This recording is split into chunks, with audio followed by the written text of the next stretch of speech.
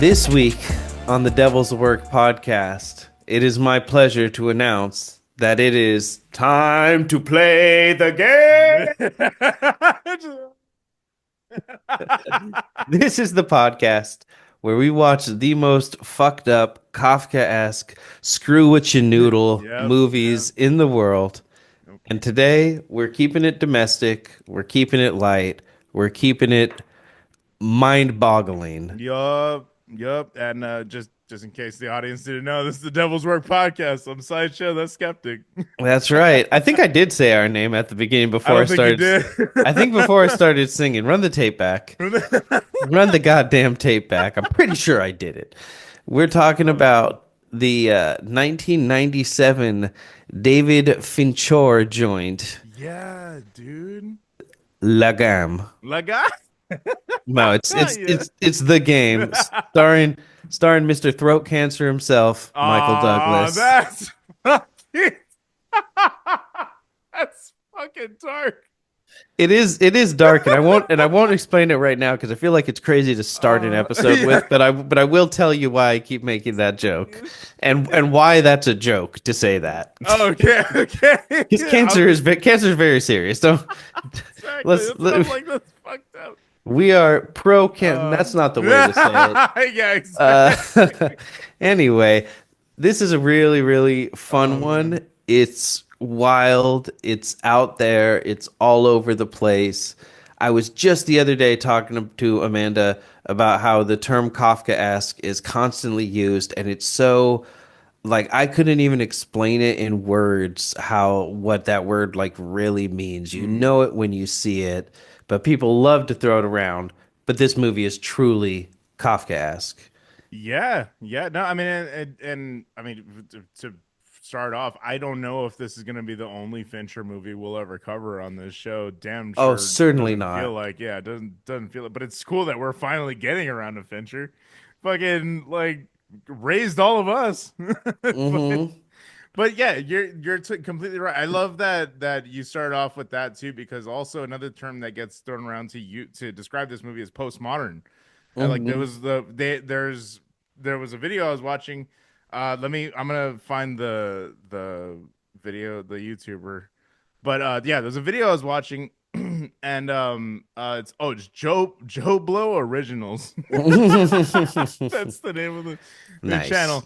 Go check it out. Yeah, JOBLO Originals. But yeah, I was watching this video and he was talking about it. It was like the very first instance of postmodern cinema, which I don't know if that's completely true or if I completely agree with it after researching what postmodernism really kind of means. But even then, that's like a very vague term and Kafkaesque, like you're saying, it's hard Hmm. to really describe what that means. But Yeah, but yeah, you know it when you see it, and just like yeah, this very much is a postmodern film. yeah. It's kind of like is post-punk what I'm thinking of? Mhm.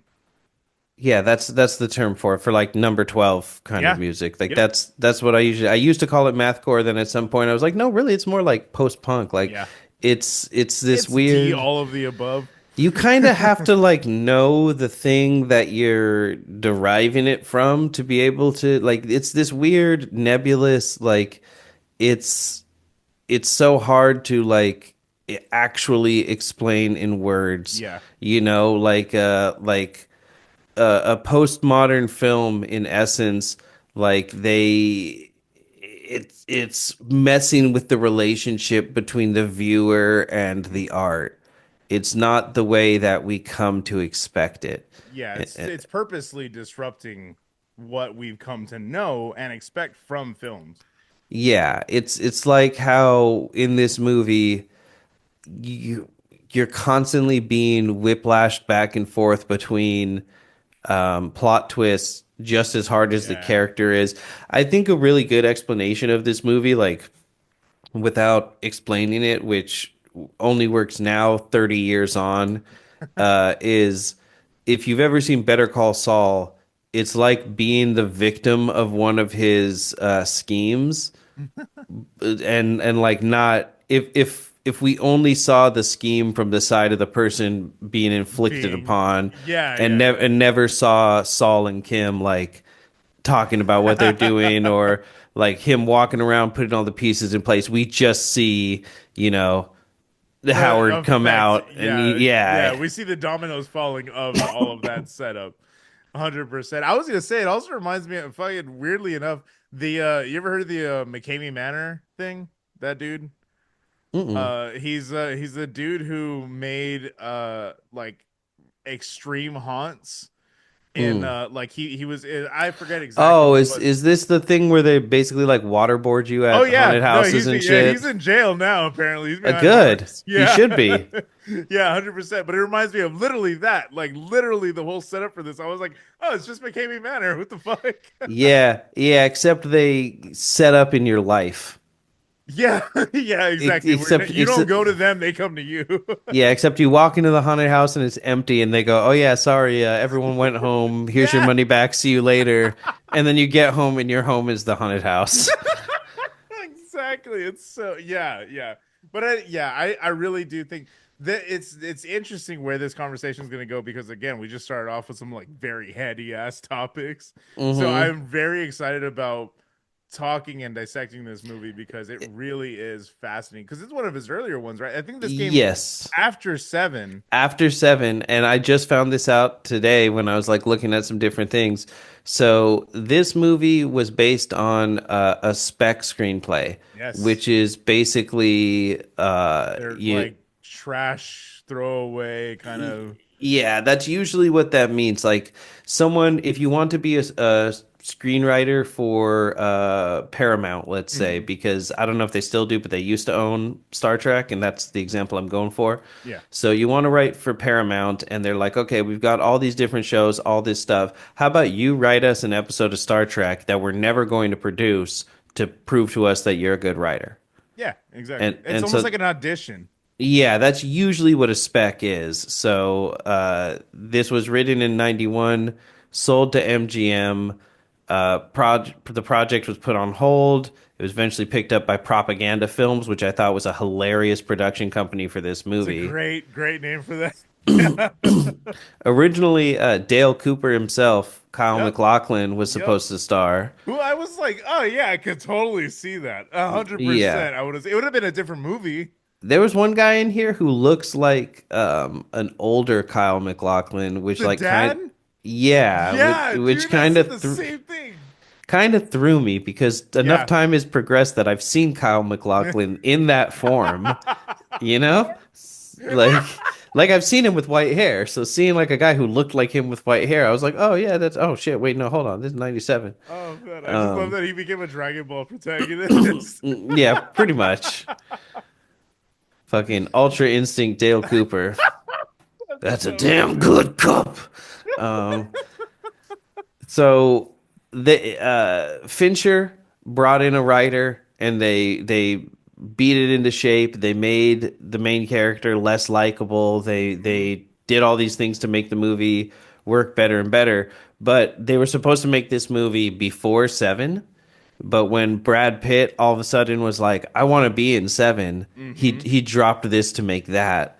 But Which then honestly might have been a good choice for the it movie. was. Yeah, It literally. was because then they were directly able to get a bigger budget for Hmm. this from that. This movie would not have worked without a large budget, Yeah. which 70 I was gonna million say in 70 million. 70 million in 1997 dollars. Yeah, and it grossed like I think like 30 million after that.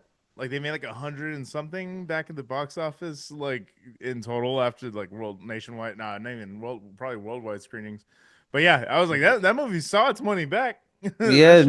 it made 110 just about. So, Hmm. I mean, advertisement was probably a lot cheaper back then compared to Yeah, now, yeah, you know? 100%. So, There's just posters and like radio ads and shit. yeah, so they probably made their money back and then some.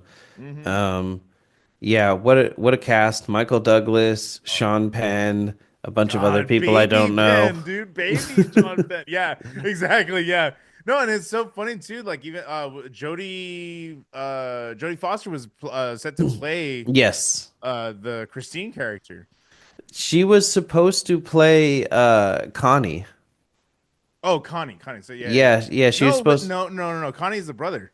Yes, but she was supposed Oh, to. really? That's right. That's right. That's right. Yeah, yeah, yeah. She was Yeah. supposed to play the he wanted her to be the sister, but He, they were originally like uh make her the daughter or something it like was the that. other way. It was the other way around. Other way He around. he Yeah. he wanted her to be his uh oh no, no. They wanted her, you're right. They wanted her to be the daughter I and was he gonna say wanted yeah. her to be his sister. Yeah. And Jodie Foster was like, "That's really fucking weird because we're 20 years apart. Like, Exactly. why, it's And so then just in the video they had brought it up that they had already started a movie together. That yeah. he'd played her father figure or something like that in another movie where she was like 9 years old. He was like 20 something. I was like, what Yeah. the fuck are So we doing here? so weird. But then because Foster was doing Contact, they reached out to Jeff Bridges, who couldn't do it. So then Mhm. Sean Penn was cast. I would have loved to see Jeff. Like I just love Jeff Bridges, Yeah. but I also Yeah. love Sean Penn. Yeah, So 100%. Yeah. No, there was a whole other there was even more drama in the background. Like she sued them hmm for I think it was like for breach of contract, like oral breach of contract or something like that. I was like, whoa, shit! Like there was like some drama that happened in the background. It's crazy. yeah, yeah. She was supposed to have some airtime, screen time in the movie, and just didn't get anything. So I don't know if they shot scenes of her at all, or what Yeah, or if they just never included her. I imagine if she sued that there must have been some sort of indicator that like like hey I put work in like fucking pay me Yeah. which I get it, but yeah, it's fascinating all of the casting stories and stuff beyond all of that. But man, yeah, baby Sean Penn fucking looking good in this movie, man. This is That around the boy same. suave as shit. This is around the same time. I'm blanking on the name right now, but it's such a fun. Oh, yes, there it is. It's such a fun movie. Have you seen the 1983 movie with Sean Penn, Bad Bad Boys? Boys. Why did I know you were gonna say that? Oh, Why did I know you were gonna say we that? got to do Bad Boys We one might, day. yeah. That's Bad fucking Boys is great, dude. I was like, fucking no, good. he's gonna drop Bad Boys right now. Hey, I was you like, know what's that's funny? so funny. This movie is in uh San Francisco. Yeah. Bad Boys. I'm just finding out now that I think it's actually set in Chicago, Hmm.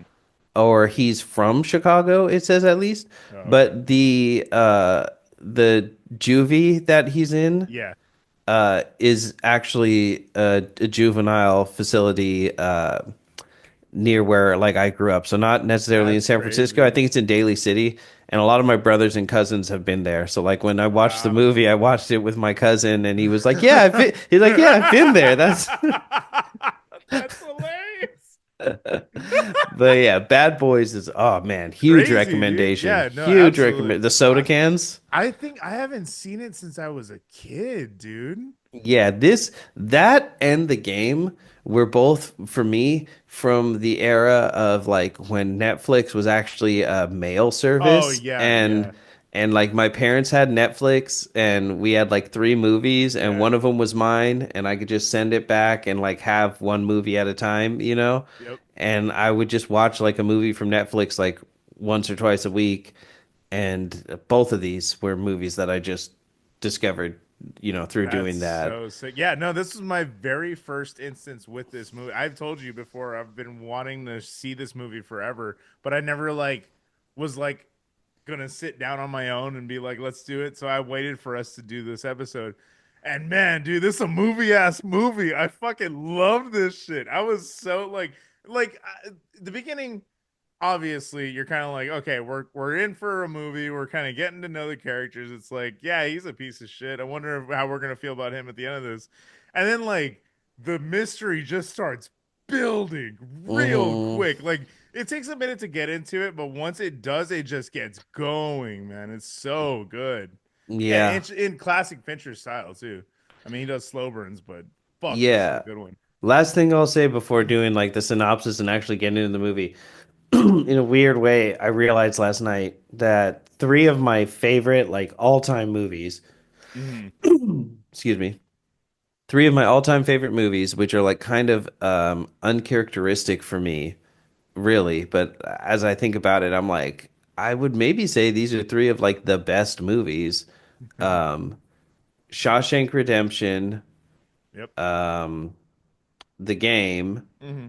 and God, there was one more that I was thinking of that I'm blanking on now that kind of fit into this weird little mold of like these very down to earth movies that I would never expect on paper for me to like so much, but they just hit so fucking hard. Yeah, yeah, yeah. Oh, so you said Rounders in the group Rounders, chat. thank you. Yeah, That in the was the group other chat. one was Rounders. Thank Yeah. you. Yes. Which I haven't seen yet, but I was like, that cast alone looks fucking stacked, dude. Oh, Rounders is so good. And That again, looks it's a movie really that good. on paper these guys gamble. Like, oh, all right, what the fuck do I care? Yeah, yeah, yeah, for sure. But it's just purely all of those three movies are purely the craft, the acting, the Yeah, directing, the cinemat. Like it's just it couldn't exist as anything other than a movie. Like you said, they're yeah. movie ass movies. Yep. Yeah. Yeah. And I think like David Fincher is, I mean, yeah, for obvious reasons, for like Fight Club, Seven being the biggest ones that we've grown up with and we loved. But like overall, the dude's got a solid ass fucking filmography. I mean, he came out swinging with Alien. Come on. Hmm. Like, you know what I mean? Like, dude's fucking obviously aware of how to craft a great film. And in this movie, I feel like this is a really interesting one because the structure and everything, like he didn't write it. He didn't write the movie. It was two other people that wrote the movie, right? It was written by two guys originally, but then he brought in a writer His writer, that's right. Yeah. and yeah, him and the writer of Seven. Yeah. So I guess they wrote Seven together. But that also speaks to the directing. You hire the people that you know are the best for the job. You're the curator of, the entire thing. You're the orchestrator of it. So it's like he knew to get that guy. And I did agree with like the direction that he gave it. He wrote to make Michael Douglas a more unlikable character. So I Yes. was like, that's dope. Like that's fucking cool to like that's a direction that like you don't really see movies going in because like Hmm. we talked about the grown up point of view is that you don't need to like everybody. You don't need to like everybody that you're watching on screen. You know what I mean? Like they can just be used as a character study. They can be used as a means of forwarding the story or like used as a way of like, hey, this is what not to do. Hmm. This is how not to act. So, yeah, no, I really love the way that David Fincher went about crafting this film. And you're right, like the cinematography in this film, fucking it. Like there's some shots in an alleyway, like even when he meets the cop, who shout out Sons of Anarchy, fucking Bobby from Sons of Anarchy Oh is in this. shit. Yeah, dude, I was like, oh shit, baby Bobby, bro. But yeah, even that scene, like I was like, dude, this fucking looks amazing for some reason. It looks so good. The whole movie is just dripping in style, you know? And then when we get to the fucking like when the shit gets into it and that neon scene, oh, I was like, oh, fuck you. That shit looks awesome. I wanted to live It, in that world so much longer. it does have a weird when it's like showing like San Francisco at nighttime, Yeah, like yeah. it does have this like almost cyberpunk feel Yeah, it has sometimes. the movie quality where it's like kind of feels like a world that doesn't exist, but it looks familiar at the same time. Yeah, yeah, Yeah. especially for me, you know. Yeah, exactly. Yeah, it's It's particularly for you. and I work in this in the financial district now. So like all of this stuff Takes place. it is a lot of these Yeah. buildings and stuff, when they're like calling out addresses, I'm like, "Oh yeah, that's really You're close." like, did this subconsciously like inspire me to take this career path? I was like, "I want to be empty one day." Exactly. Exactly. Yeah, it's so good. Well, give them a synopsis. We've been going for a while. We gotta get into it. Yeah, absolutely. So, The Game is the story of Nicholas Van Orden, an investment banker who is shown in the way that investment bankers are shown in movies, as if he's like the owner of 100,000 companies or whatever. Mhm. But he's a very very rich man living a very Citizen Kane-esque life, Yep. and is Solo. so. What's that? Solo. Exactly. He's very cold and condescending, but also very lonely and reclusive. Hmm. He's very empty, even though he has it all. And on his 48th birthday, which also is the age his father was when he killed himself, Yeah. his estranged brother shows up and gives him a gift certificate for a company called Consumer Recreation Services and urges him to call and play the game. Mm-hmm. And it's about as vague as it gets because he don't even know what the fuck it is. Yep, he just tells him call this number. For a good time, call here. They will provide whatever is missing. And he Hmm. tells him, I think he tells him I'm not missing anything He's or like, is that an something. escort service? Yeah, yeah, he does. Yeah. It's it's good. It's a Oh lot yeah, it's a man. lot of mood whiplashes as you try to find the seams of like where real life and the game start Yeah. and end. This is, I mean, obviously, for a horror podcast, this is less of a horror, I would say, quote unquote, but psychological for damn sure. This motherfucker plays with your brain left and right. Yeah, you're experiencing all of the whiplash as he's experiencing it. It's so fun. Yeah, and that's kind of what makes it the postmodernism of it all Yeah. is like you normally in a movie we are outside watching this happen to them. We're seeing Saul and Kim Yep. plan the con, and then we're Exactly. seeing the con happen. So we know things that the victims don't know, but then also when the con starts going wrong, we now know things that Kim and Saul don't know. Mm-hmm. So then when they are like going to do whatever the next step, like they don't understand, so they misfired, and we that's where the tension comes from. Exactly. And this, the tension comes from we have less information than he does. Yeah, exactly, dude. And it's so cool because it's like it starts blending reality and the game Hmm. in such a way, in like a excellently crafted way where like you're like the conspiracy is very much kind of given to you up front, but you're not like aware of who's in on it. Hmm. And you're just like, wait, now it makes you question every single person's motives in this movie, which is so fun. I loved like that aspect of it. It kept me on my toes the entire run through. Yeah. I mean, me too. Even like I haven't seen this movie in like 20 years. Yeah. You know, I saw this movie once when I was like 17 or 18 Mm-hmm. and I was like, yeah, I should bring this up. I Yeah. bet I bet Yeah. I bet you would like this. Oh, I fucking loved it, dude. Like, no, it's a And great fucking movie, man. I it's not cannot wait. it's not going to be the only Michael Douglas movie that we cover because I definitely Oh. want to do Falling Down eventually. I think I realized last night I was like, I think I just really like Michael Douglas. Oh yeah. Yeah, Falling Down slaps too. I saw that movie way too young also. Way too young, but that movie fucking and you get a taste of Falling Down Michael Douglas in this movie, which I was like, hell yeah. I was like, fuck yeah. And particularly when he's getting robbed, when he's attempted getting robbed in the car. I was like, oh, hell yeah. I was clapping in my fucking seat, dude. That shit was so good. I'm very fragile right Yeah. now. I was like, fuck yeah. So, before we move on, because I'm not going to Uh, find a better place to say this, but now we're about 20 minutes in, so I yeah. feel I feel better talking about it. The reason I keep talking about Michael Douglas's throat cancer is so do you know how he got throat cancer? No. Oh, buddy. I believe it was Catherine Zeta-Jones, but he What? he was eating some pussy, and it turned As you out, do. as a man does, and it turns out that someone who has had or does have HPV, if you give them oral sex as a man, you can get throat cancer. What the fuck? That's So crazy. so Michael Douglas ate pussy so hard it gave him throat cancer. It's so stupid.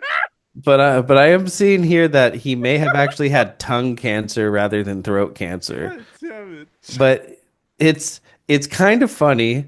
It's kind of not, but ultimately It's kind of some funny in our way. but ultimately something to know. Generally, genuinely something to know. You can get cancer from that, so be smart about that.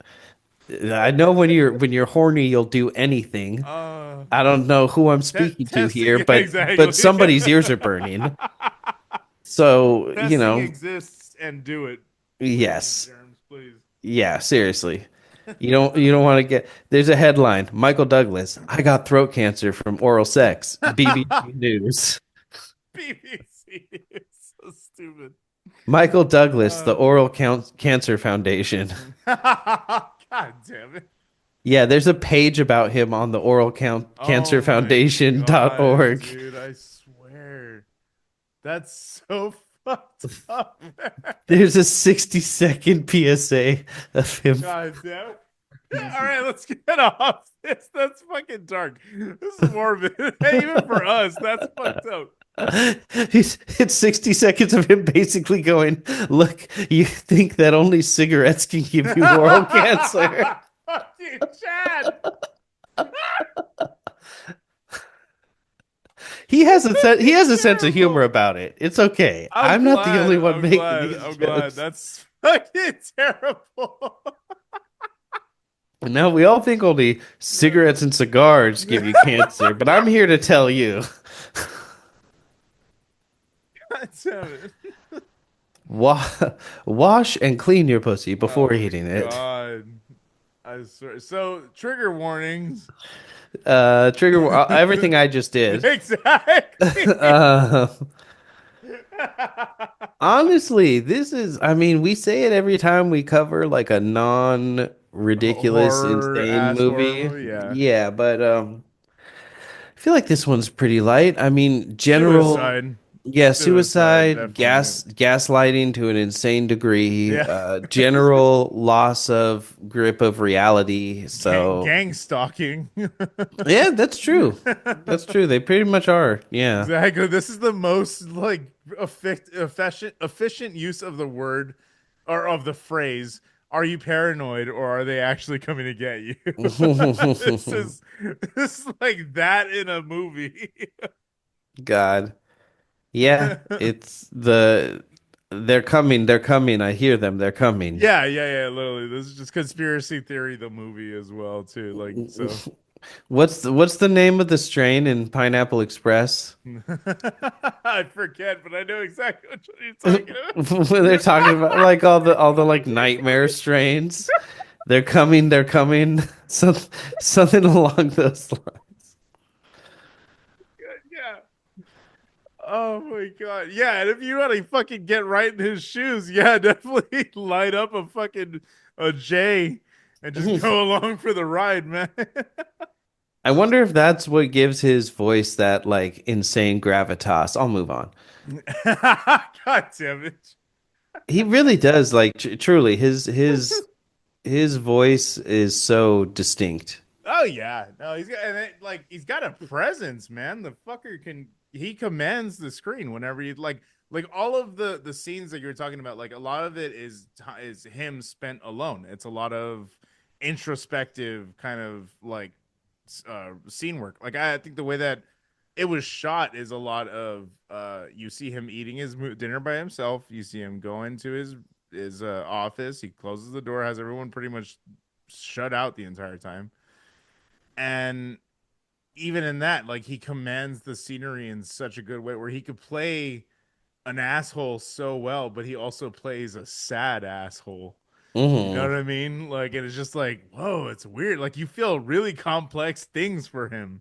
It's very interesting. Yeah, he's a Scrooge with a little more, you can kind of see all the things that have uh slipped through his hands and made him the person he is, you It's know. so funny you mentioned that because, like, I remember in the video they mentioned Fincher himself said that it was like you took well dressed, more I think he says attractive Scrooge, dropped him into a Mission Impossible situation, and then also injected him in the thigh with the sting, the adrenaline from the sting. But I've never seen the sting, so I don't know that reference. Yeah, I was gonna say the same thing. Yeah, I was gonna say I don't know that reference, but the first two check out for me, absolutely. 100%. Yeah, it's just those thrillers of all intertwined. And Scrooge, yeah, Scrooge is just he's just Scrooge. He's just a rich asshole. He's just Scrooging around. Yep. But yeah, Yeah. let's get into it, man. This is a fucking long ass. This is gonna be a long ass episode. Yeah, settle in. Yeah, Settle in. exactly. Yeah, yep.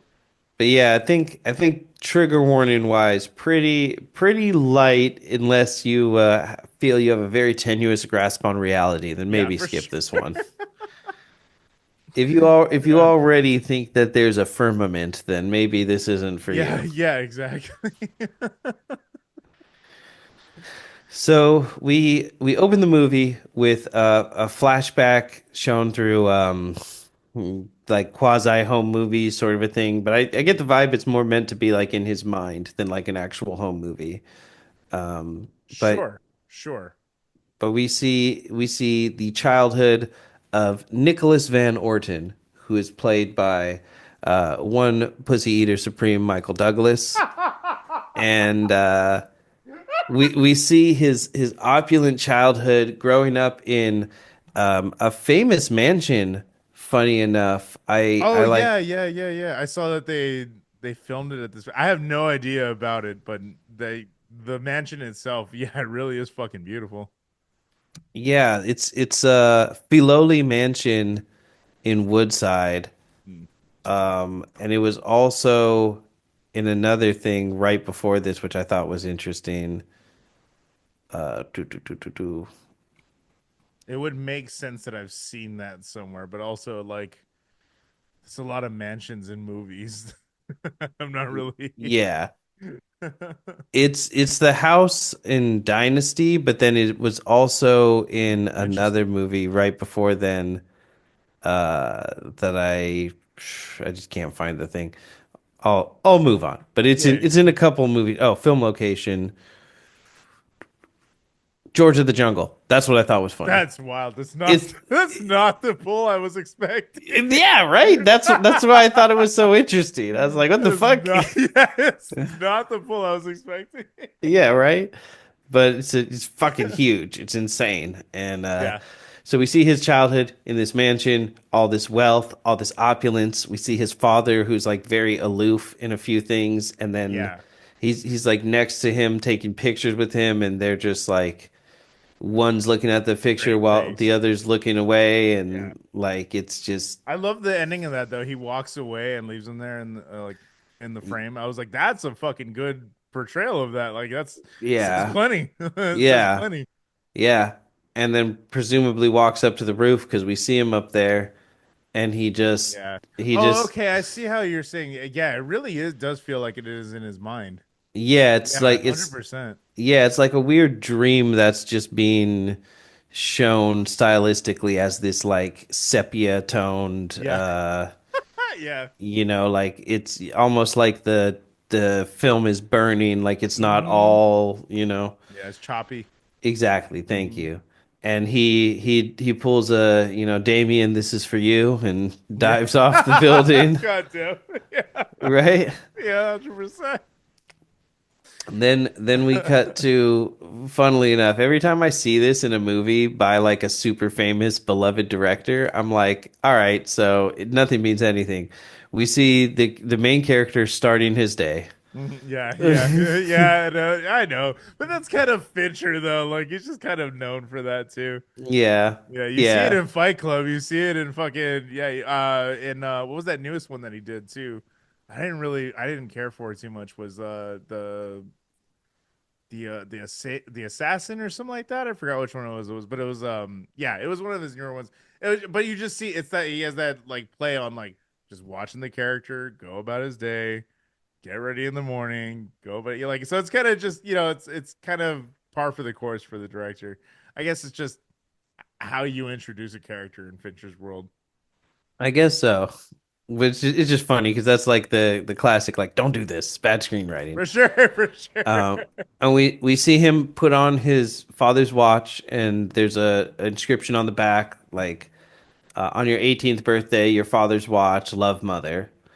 and he Mm. he takes it, and we see I didn't him. read the inscription, so that's interesting to We know. see But it again more clearly later. yeah, I didn't get to see it though. So that's yeah. It is turned in a way where you see that, so you like at least might quickly see like 18th birthday or Mhm. father's watch and be like, oh, okay, I'm seeing this. This is significant to him. It's an heirloom. Yeah. Yeah, to a man with all this wealth, this actually has some significance. Mm-hmm.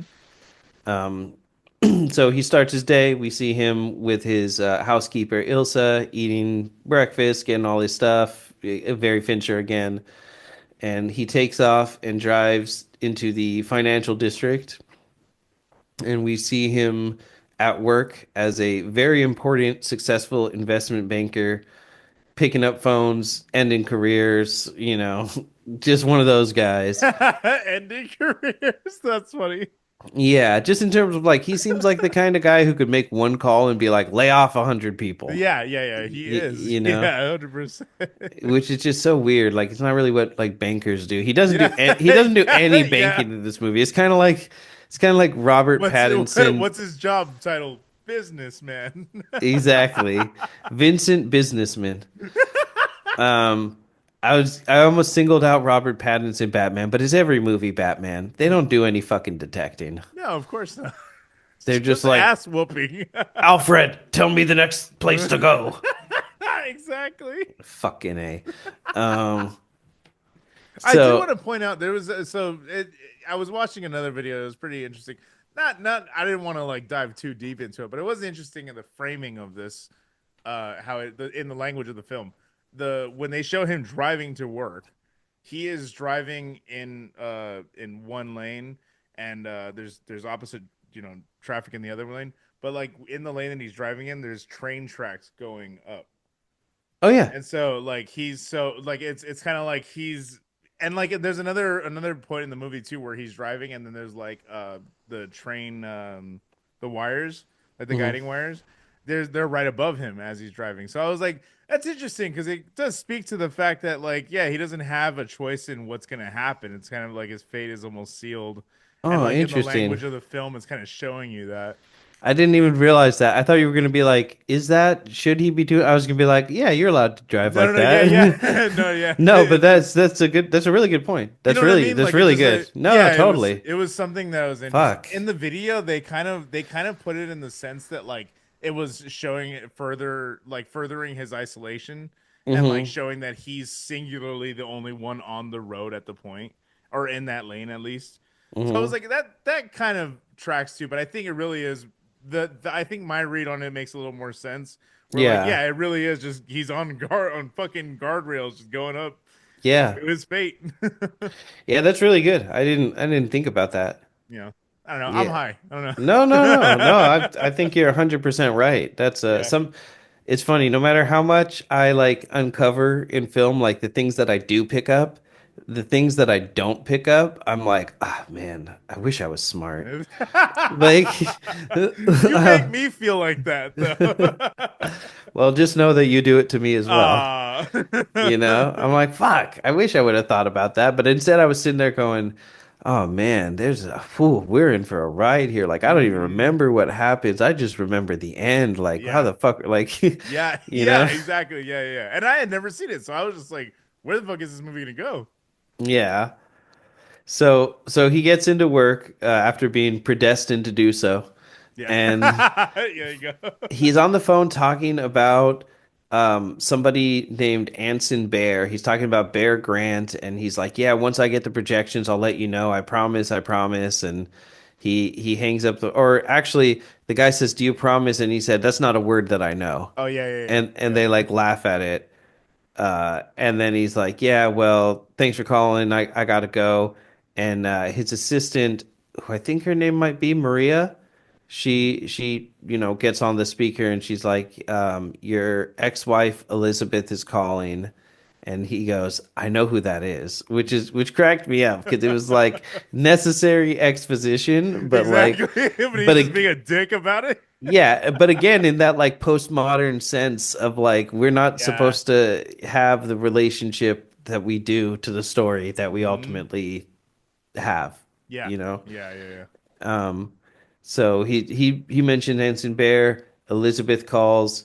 He says he's not going to take the call or he's busy, and then he's told that one Mr. Seymour Butts has called and requested lunch, and I she's was like, like, I love The Simpsons. right? She's like, why am I even telling you this? It's stupid, but this is what happened. And he goes, yeah, cancel my lunch, set something up, and let Mr. Butts know, and make the reservation in In my my name. name. I was like, hell yeah. Yeah, that was a good little Good punch up little right fun. there. Yeah, yeah. Great little script writing. So then he goes to lunch and we meet his brother Conrad, who he calls Connie, so I Hmm. probably will for the rest of the time as well. Yeah. Played by Sean Penn.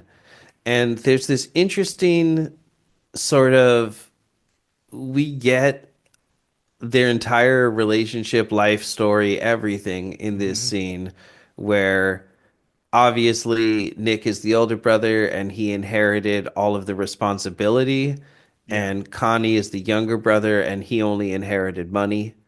And even with all of this Oh, opulence, interesting.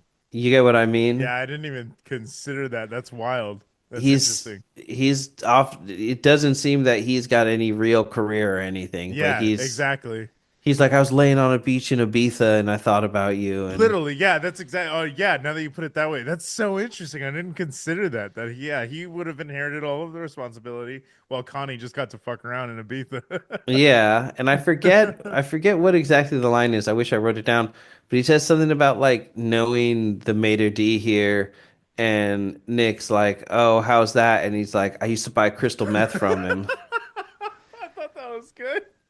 And then they mention rehab and all this stuff. So imagine being born a millionaire and being such a like wastrel piece of shit with no direction in life and I was no gonna say Robert Downey Jr. esque. yeah, like how does a Van Orton, one of Hmm. these Hmm. people who is basically it's almost like they're like Hearsts or You Rockefellers, literally, I was about to say Rockefeller. Yeah. like how does that guy get hooked on crystal meth? Hmm.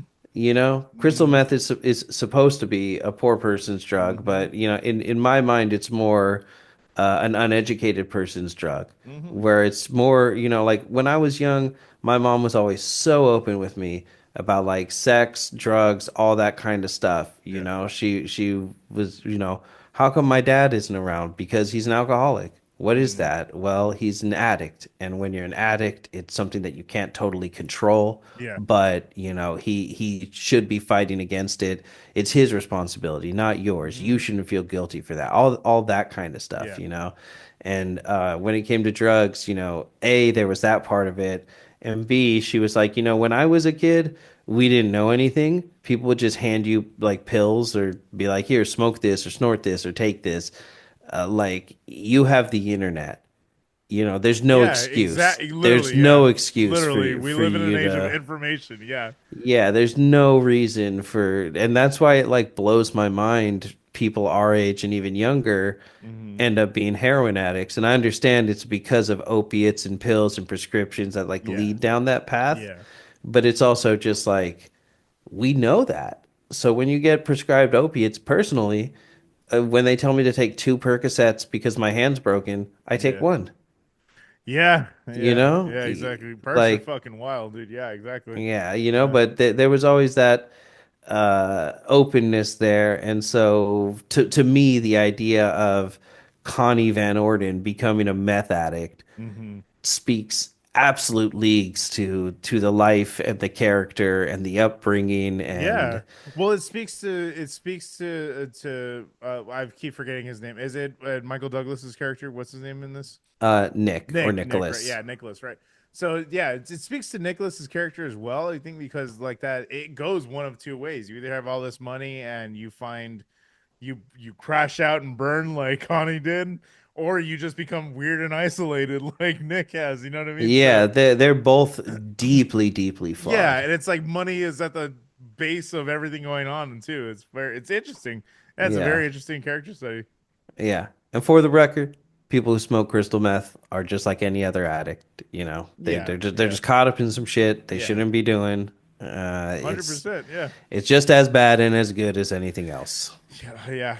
Yep. but it just happens to be targeted at mostly uneducated and poor Mm-hmm. people. And Yep. also, if you knew the ingredients and the effects, You you should never wouldn't. do Yeah, it. exactly. Absolutely. Yeah. Some of the people in Breaking Bad that you see doing meth, I'm just like, what the fuck?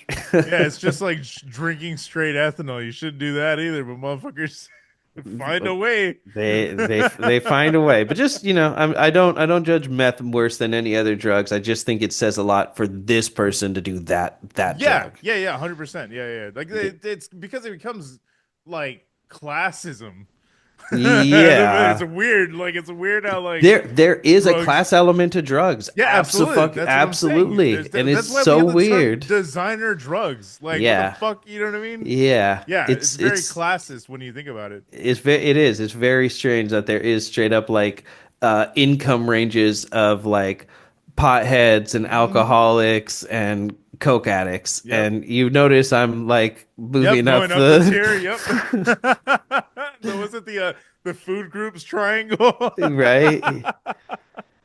So, so I think that says a lot about Connie. Connie's Yeah. been through a lot, and Hmm. he seems to be clean. He seems to be. Hmm. He even said that he had like quit smoking cigarettes, but it didn't take. So it's kind of like and I think that's a pretty common thing for addicts, at least the ones that I know of. Like, hey, I gave up everything else. I gave up all the really bad Swapping stuff. vices. I give me this one thing because it'll at least keep me from the other things. Hmm. Hmm. You Yeah, know? swapping vices is definitely yeah common tactic. Yeah. Yeah.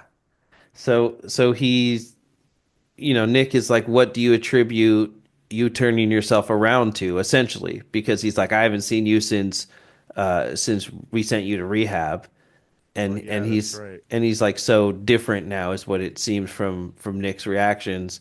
Hmm. And he says, well, this is actually what I got you for your birthday, and he gives him a card that says CRS, Consumer Recreation Services. It's He says, so vague. right? It's so fucking vague of a term. Like, what the fuck is that? He says, what is this? And he says, it'll change your life. And he says, what is it like what is it actually? It's a game. Hmm. Well, a game, like what is that gonna do for me? And he said it provides whatever's Fun. missing. Well, he's to say it's fun. He's He like, says fun like first. fun. Yeah. Yeah, he's like fun. He's like, that thing you see other people having all the Mm, time. classic dig. Oh man, I Uh, love Sean Penn in here. I just want to say real quick, they have the same type of name that's on like the discreet shipping labels on like Adam and Eve and shit. really? Like like the type of, you know what I mean, like the type of organization that's gonna show up on your bank statement, Oh, okay. like that, like the LLC. Hmm. That's That's what they funny. have like for this. It's such a vague term. You're like, what the fuck is that? It took me a second there because I'm a man. My dildos show up with my name on them. It's inscribed on the bottom. Yes, monogrammed. So good. I want to feel my own name anyway.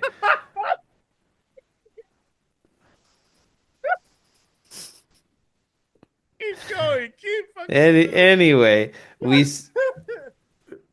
going. as an added little twist of the knife, Connie has the restaurant staff sing "Happy Birthday" to Nick before Yeah, I love that. they He tells them, conclude. he's like, I hate surprises. He's like, I know.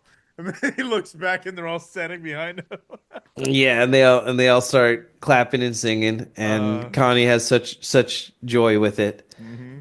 And then I think, funny enough, it goes from meal to meal because we see that, and then presumably he goes back to work, has this whole, stressful Oh, interesting. mogul It does day. hop from meal to meal. Like, yeah. Yeah, I'm like looking at my notes, and I was like, huh, I guess nothing happened between that there.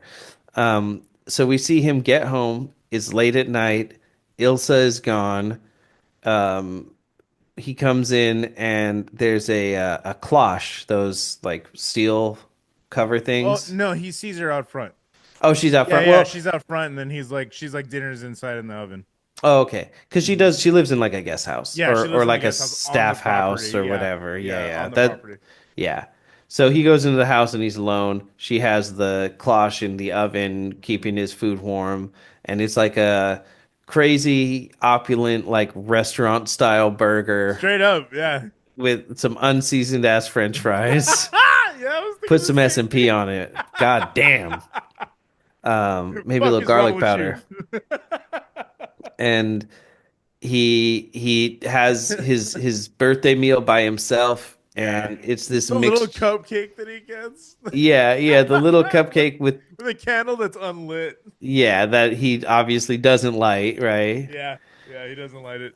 Um, so I was thinking, probably his preferred way to spend his birthday, but also this movie has like a lot of things where it can sort of be two things at once. Mm-hmm. So it's like Hmm. it's like this is how I prefer it because I'm such a piece of shit and I don't Yeah. deserve better, Yeah. like. Yeah. 100%. And this is the Scrooge aspect. This is the way that this is where you see the loneliness like Hmm. really setting in, or like real like the movie I just realized Anson Bear is his Mr. Marley.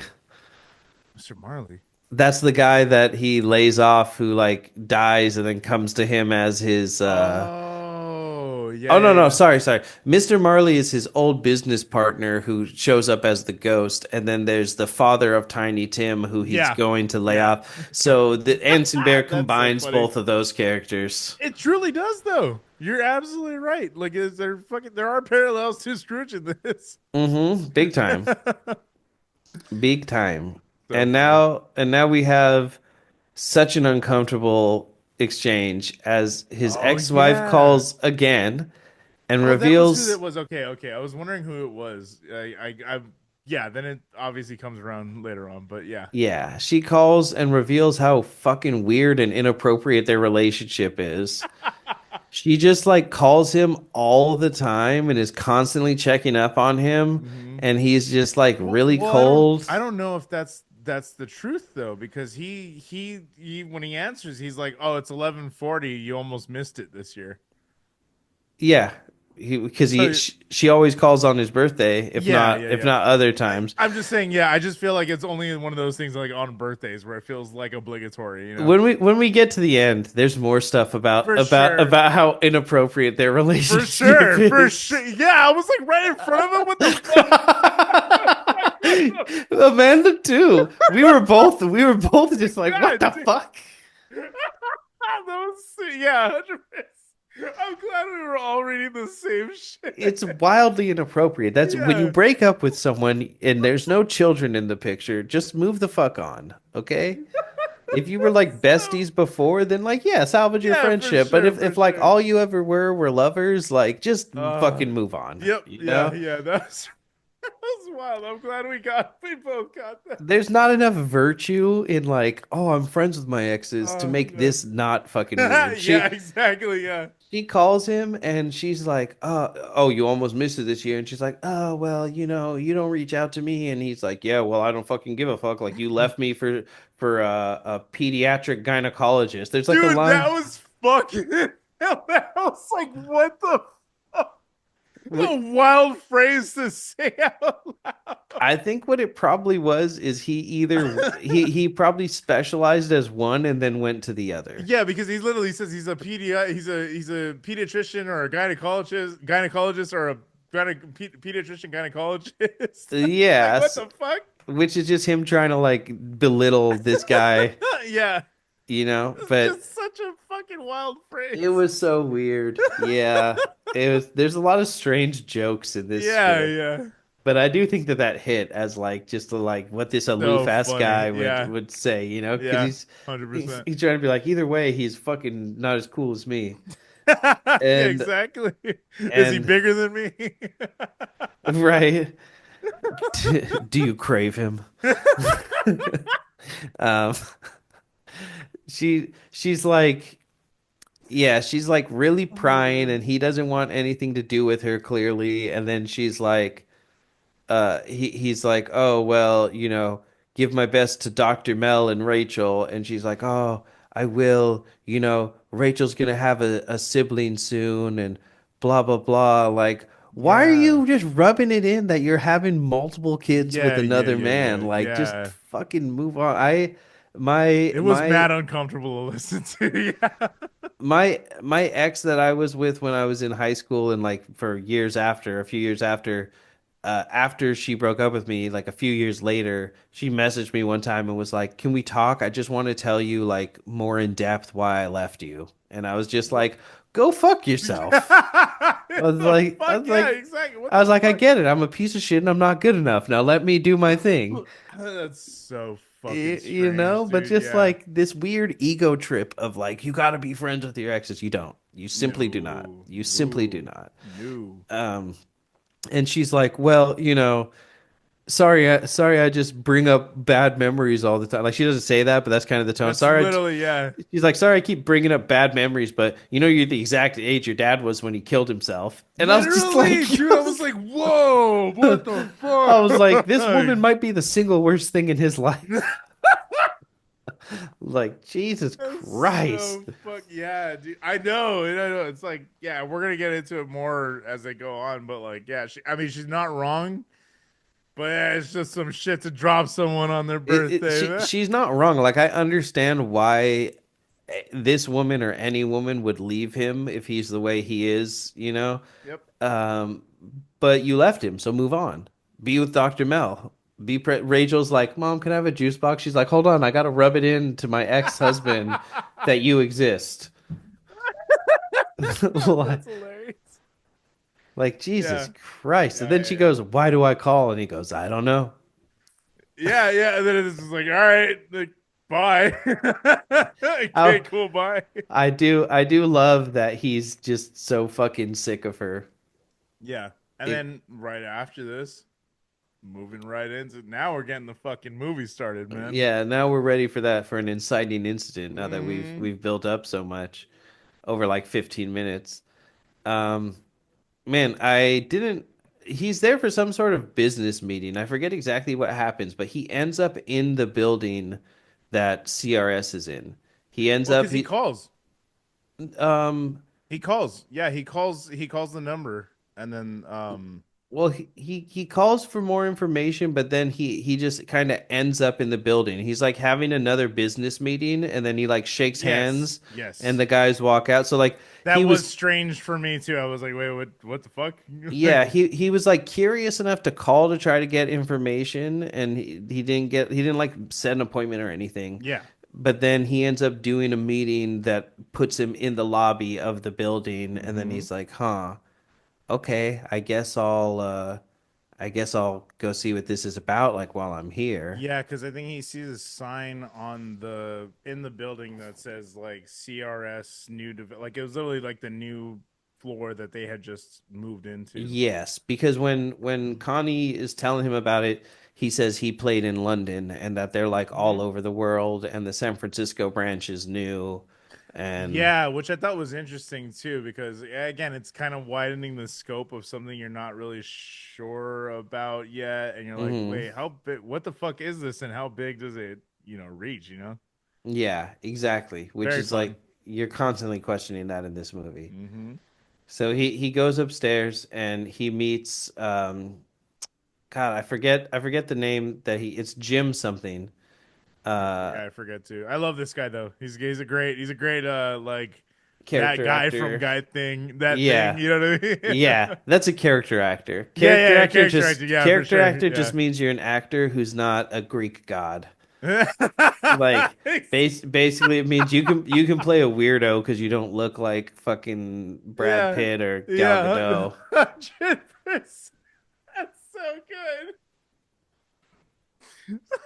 Um yeah, it's interesting. I used Gal Gadot as an example, but fuck her.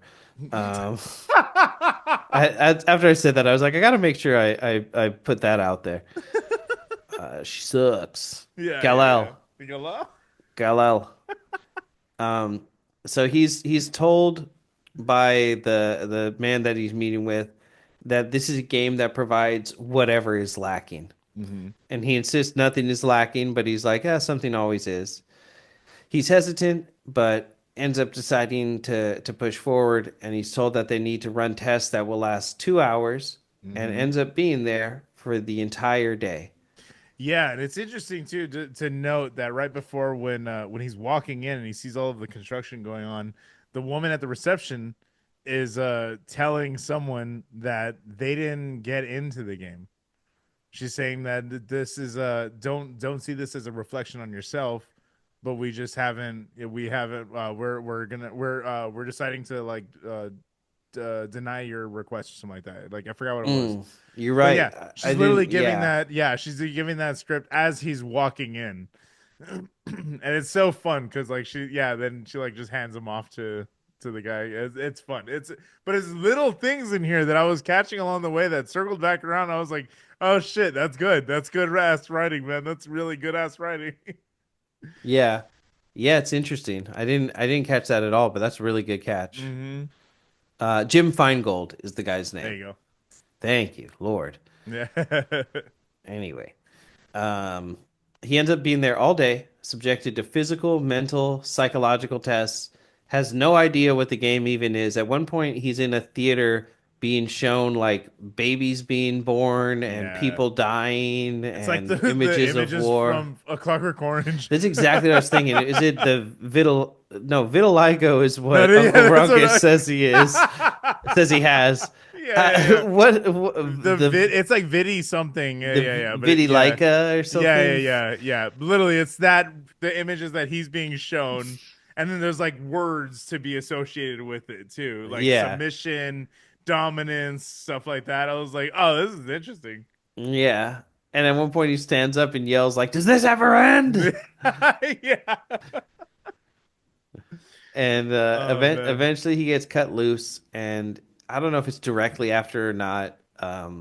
Kind of the funny thing about like movies like this is it's like, okay, so is that the same night? Is that like a week later? Like Yeah, it's what, hard to you tell. So, know? yeah, it's hard. It's very hard to tell. Like everything is happening in a linear situation, like in a linear fashion, but the events sort of kind of start bleeding into each other, and Yeah, like the story just starts like folding in on itself. It's very interesting. yeah, it's unclear whether he like goes directly after or not, or if it's the next day or whatever. Mm-hmm. But he ends up at a country club, his country club, which I think they call it City Club in this a few times, but I think basically where all the like super rich guys go in San Francisco is called the Olympic Club. So Oh, okay. I So think yeah, it's that probably just based on that. I think that's probably like where they actually are because all this was shot in San Francisco. Mm-hmm. Yeah. They They said some pickup shots in L.A., but yeah, it was mostly all Yeah. shot in San Francisco. They were pushed to film in LA and they were like, no, we're gonna film in San Francisco. Mm-hmm. Um, which hell yeah. Mm-hmm. So he's at the city club and in the locker room he hears two men talking excitedly about the game and about investing in CRS and about how life-changing it is and all these things. And he ends up afterwards sitting at a table with them. I think they're like smoking cigars and drinking and Yep. talking. And they're all like, "Oh, I envy you. Like, I wish I could go through the game for the first time again. It's so amazing. Like, you're gonna And love it." I think they're the ones who bring up the London facilities.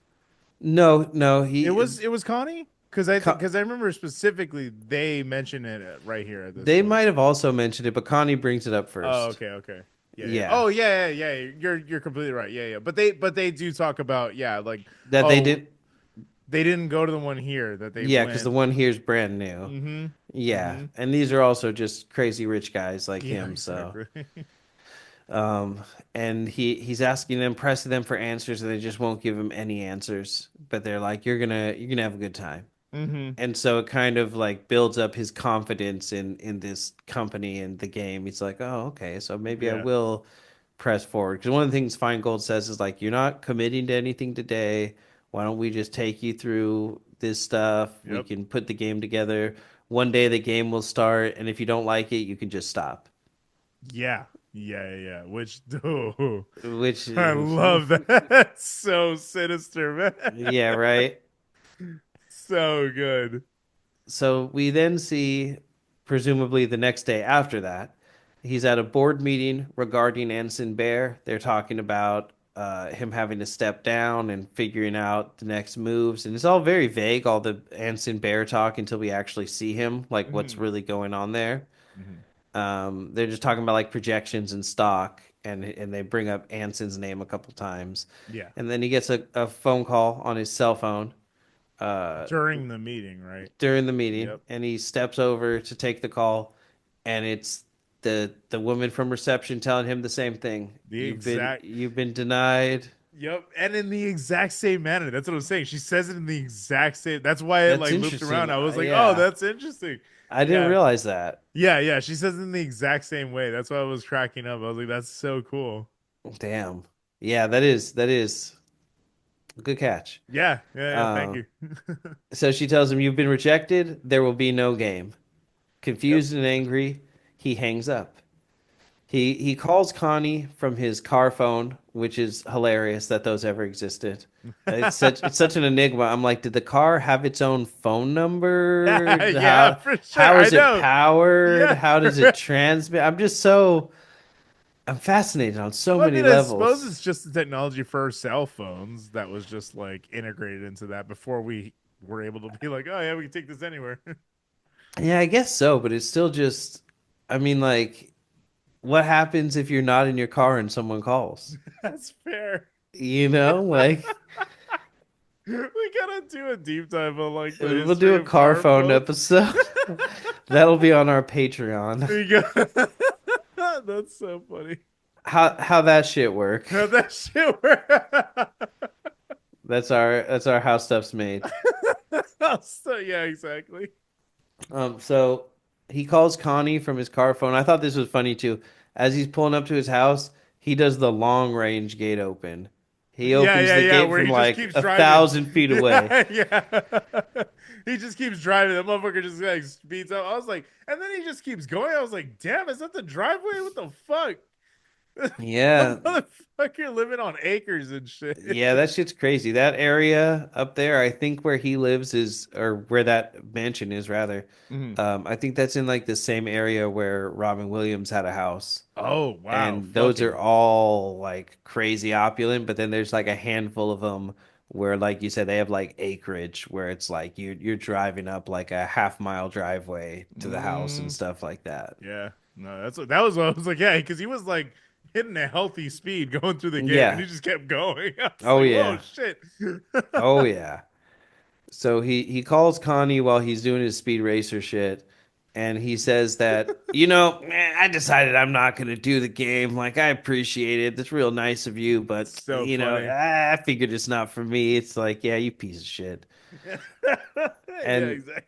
and when he pulls up to the front of his house, he's shocked and scared to find that there's a body wearing a silk robe just like his father's in the That was same spot fucked that his up, father dude. fell to his death. That was fucked up. I was like, oh, that's dark, bro.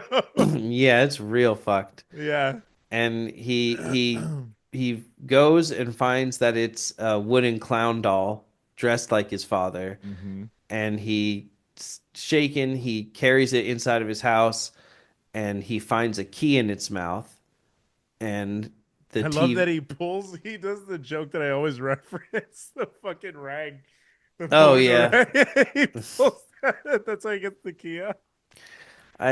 Um, I saw a GIF the other day of Zatanna from DC doing the like rag gag, and someone was like, "I didn't know she was dating Ragman." Like, God that's damn so it! good. God damn it! Yeah, I just S- thought that was good. So he sets the clown down, finds the key in its mouth, and then turns on the TV. hmm And he turns on the cable financial network, which we saw him watching earlier in the movie. And Oh, this as was some video drum it, shit, it dude. truly it really Dude, was I love this scene. It was so good. something that I thought was interesting, or I'll say it in a second. Yeah, yeah, yeah. So as the newscast is going, after like a few lines of dialogue, all of a sudden the anchor begins talking directly to him. It like glitches out. Yeah, like Yep. glitches out and starts talking to him, and he's like, "How can you can you hear me? Can you see hmm me? Like it's like you're reacting." And he's like, "Oh yeah, we can see you. There's a tiny camera. How did a camera get in my house? You're the one who brought it in." And he Yeah, turns yeah. around and sees the clown, and realize we see it from the clown's vantage point, and he's Hmm. walking towards it, and he breaks its neck to break the camera, and the newscaster tells him, the game is now beginning. You will be constantly wondering, what's real and what's not. Yep. Here's a 24-hour emergency hotline. Do not call and ask for the object of the game because figuring that out is the object of the game. Hmm. You will be finding keys. You will never know where they come from. You'll never know what you need them for. You'll want to keep them on you. Have fun, basically. Yeah, yeah. And I love the way that they did the voice too for the anchor. It's got this like glitchy quality about it where like the mixing is fucking It's trippy too. it's weirdly the sound mixing in this whole movie is crazy. I'm glad you said that. Yeah, yeah, yeah. But like every scene has like its own profile. It's Hmm. so trippy. Yeah, and like Uh, before, I mean, even before AI was ever even thought of in the conversation, this feels like AI generated like that's talker, like exactly newscaster. that's exactly why I was saying like, oh, this is kind of interesting. Um, just the other day, I was on TikTok and I was watching this video, and after like 15 seconds, I was like, yeah, this isn't a real person. This is AI. Hmm. And Amanda was like, really? And I was like, oh, yeah. And I started pointing it out. And AI has this way of stopping in the middle of sentences So all the yeah, time. exactly. The And yeah the cadence. Yeah. like it's trying to replicate a human like breathing in the Hmm. middle of sentences, but it doesn't Yeah, know how to do it. yeah, And like the facial expression. And somehow this nailed that like 30 years ahead of time of like, yeah. That's what I was saying, dude. yeah, It's crazy. we were both thinking the same thing. Yep. And it's weird how you can tell, you Mm, know? mm. Yeah, it just doesn't look like it's so. It's like glitchy editing and sound mixing with like paired with these visuals that yeah, it's just the way his movements are and stuff, and like the way his mannerisms are when he's like speaking. It doesn't feel natural, which I was like, this adds to that element of reality being fucked with. Yeah. Very, very fun. Yeah, very, very efficient. Yeah. It's so weird. It's just Hmm. I'm glad we both have that same thought, but Yeah. I was And it's like, not the yeah, first time, it's not the only time that happens in the movie, too. It happens again, which is very cool. interesting. You'll have to point it out to me because I maybe I'm just not remembering right now, Yeah, I but think it was a woman in another scene that's I forget exactly where it happened because I was fucking full disclosure just high as shit watching this. I was just going along for the ride. And it was late. but but yeah, I'm almost positive it happens a second time and I was like, "Oh, that's cool." But yeah, just the way that yeah, they got it down. I don't know how the fuck they replicated it. They did AI generated newscaster back in the 90s. God. Well, I hopefully my notes will bring it up and like remind you because I am Yeah. very curious of what that could be. Mhm. Um, so okay, so the game begins, all of that, and we see Nick flying out of SFO, the airport, and heading to, I presume, Seattle to deal with Anson Bear because he flies there and back in one day. Mhm. In the airport, he sees a rattle with the clown's head on it, and he begins to reach for it, That was good. but the mother of the baby that the rattle belongs to walks up and picks it up and gives him like a weird look. It's like the fuck is wrong with you? And then he looks up and sees this man staring at him, and he's just short of going "fuck you" looking at Mm-hmm. when the guy like points and he realizes that his pen is bleeding through his shirt, and the pen in question is of course a CRS CRS pen. pen. Yep. Hmm. And then I thought this was weird. I don't know. I'm not sure what the significance of this scene was. He goes to the bathroom and he's trying to like wash some of the ink off. Mm-hmm. And there's a man in the stall begging him for Yeah, paper. I thought that was weird too. I was like, is this just showing that he's still an asshole or I What think is going on? I think so. I think they're just really hammering home like what a dick he is. Like Okay. I can't think of another like actual purpose for that scene. Like Yeah, because we're seeing everything has been curated. Every single bit of it is curated. So that's why it's like, could this be part of the curation?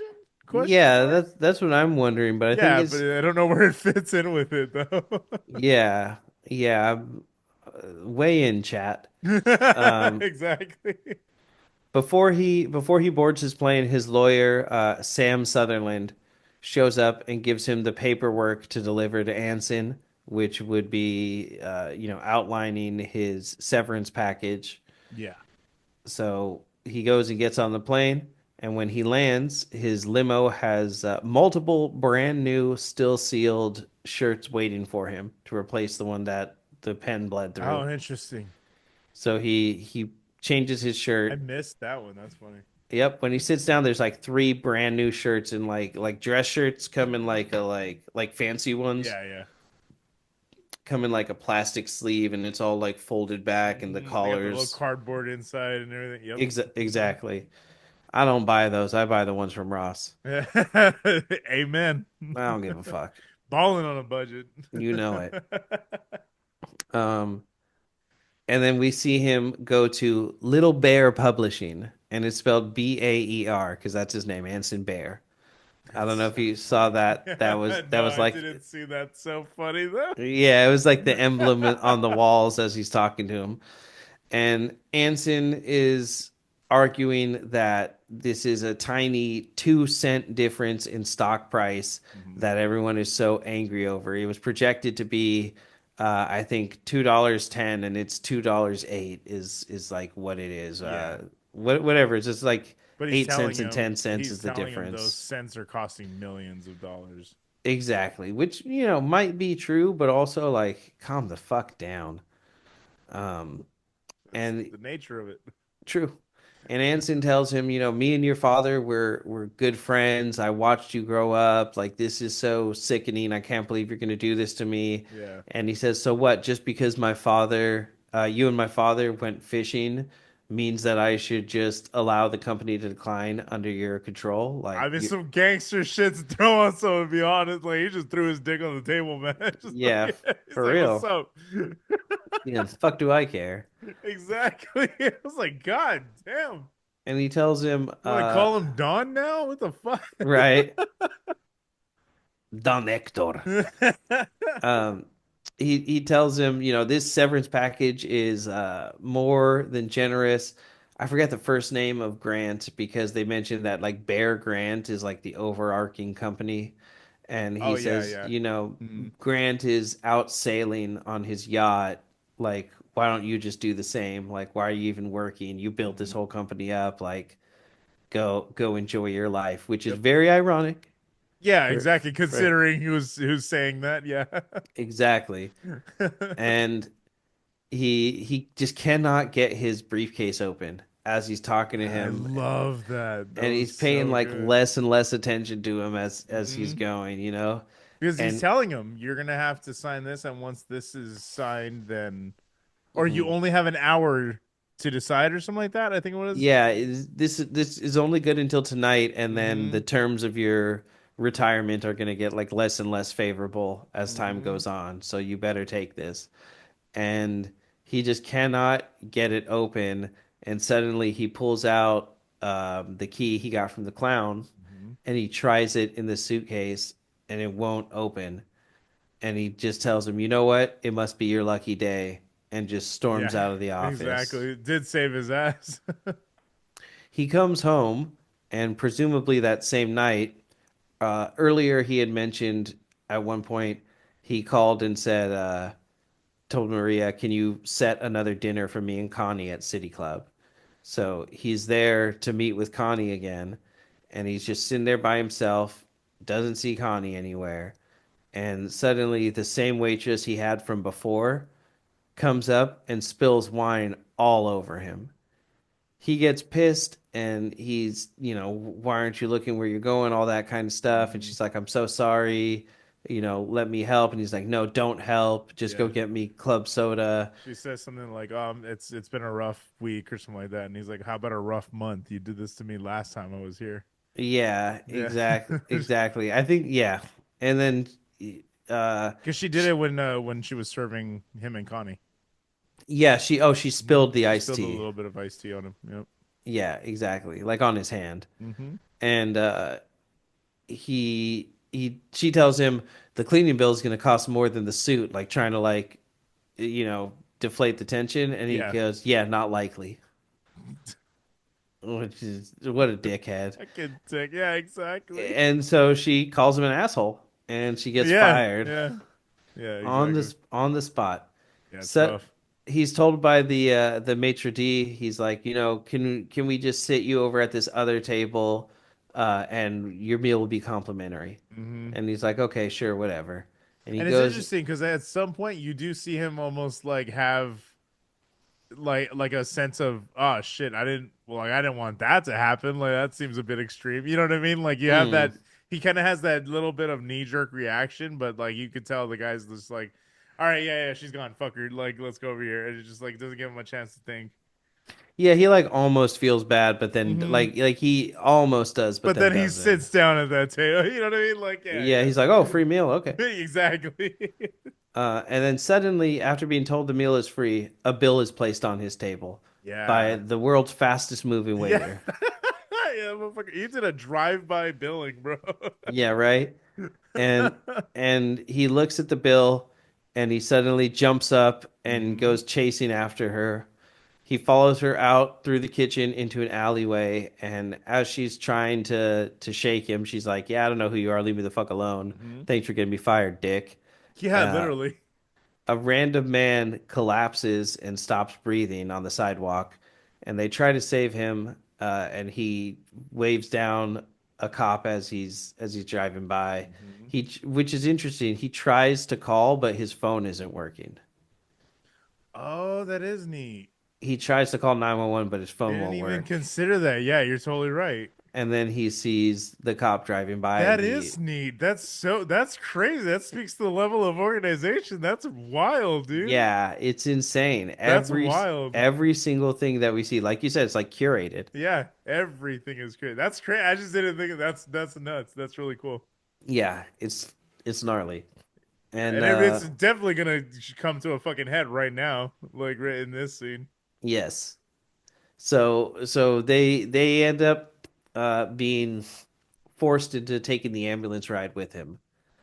Um, they say they need a statement and that they're going to arrest him if he doesn't. So he ends up getting on the ambulance, and when they arrive at the hospital parking structure, they get out of the ambulance, and suddenly all the lights go out, and hundreds of people disappear in an instant. Shit was crazy, dude. That was some reverse flash mob shit. From what I know of the Sting, that's kind of like the Sting is like Oh. hundreds of people doing a giant con together and then like disappearing into the night. So it's Oh. like, Oh, this is very much in line with this movie. Okay. yeah, it's kind of like exact like this is the Sting from only the perspective of the people being stung. Oh, okay, okay. Interesting. That's neat. Yeah, yeah, it was a great, it's a fucking great scene though. It fucking just, I was like, whoa, what the fuck? Yeah, they all just Because you see the motherfuckers absolutely, just scatter. yeah, they just start running It's like, off. oh shit. She's Christine is like, yeah, what the fuck's going on? And he's like, that's the waitress's name. We heard it in the club. I meant to Yeah, mention yeah, that. yeah. And she's like really confused. He keeps trying to explain to her like there's this thing going on, and that's why I like was trying to talk to you. And she's like, what do you mean? And then he shows her the bill that he had gotten earlier, and it just said, don't let her get away. Yeah. Which if I was a woman by myself and some guy showed me that, I'd be fucking Yeah, I'd be like, all terrified. right, peace. Like, hey, get the fuck away from me. Yeah, that's scary, dude. Terrifying. Um, she decides, fuck it, I'm gonna pick a direction and go, and he decides to follow her, even though it's pitch black in the parking structure. Yeah. They make their way to an elevator, which doesn't seem to want to run, but then suddenly he remembers he has the key on him, inserts it into the panel, and turns the elevator on. Yeah. They ride up for a certain amount, and then suddenly the lights turn off and the power goes out, and Uh, they have to climb through the roof of the elevator to be able to get into the lobby, essentially. Hmm. And they have this whole exchange about who should go first and all this. And he's like, well, I'll boost you up and then I'll pull myself up. And she's like, no, you go first and then you pull me up. And he's like, well, that's going to be harder. This Why is don't you funny just as go fuck. first? And eventually she goes, it's because I'm not wearing any underwear and I wouldn't want you to get throat cancer. And he says, oh, I understand. I understand. Been down that path before.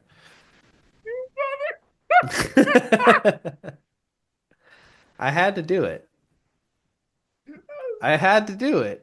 God, that was the best one. That was the best one. That's the best one this entire episode. Holy shit, you motherfucker. That was genius.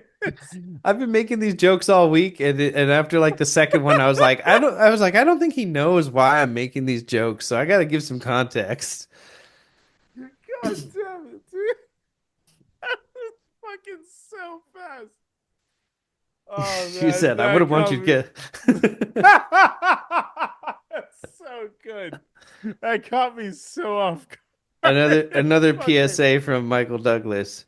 Now say you're Oh. riding in an elevator with a strange woman. So fucking funny. So he goes up Oh first, my god. ever the gentleman, you know. Yeah, He goes up exactly. first, he goes down first. He'll do whatever you God need. damn it.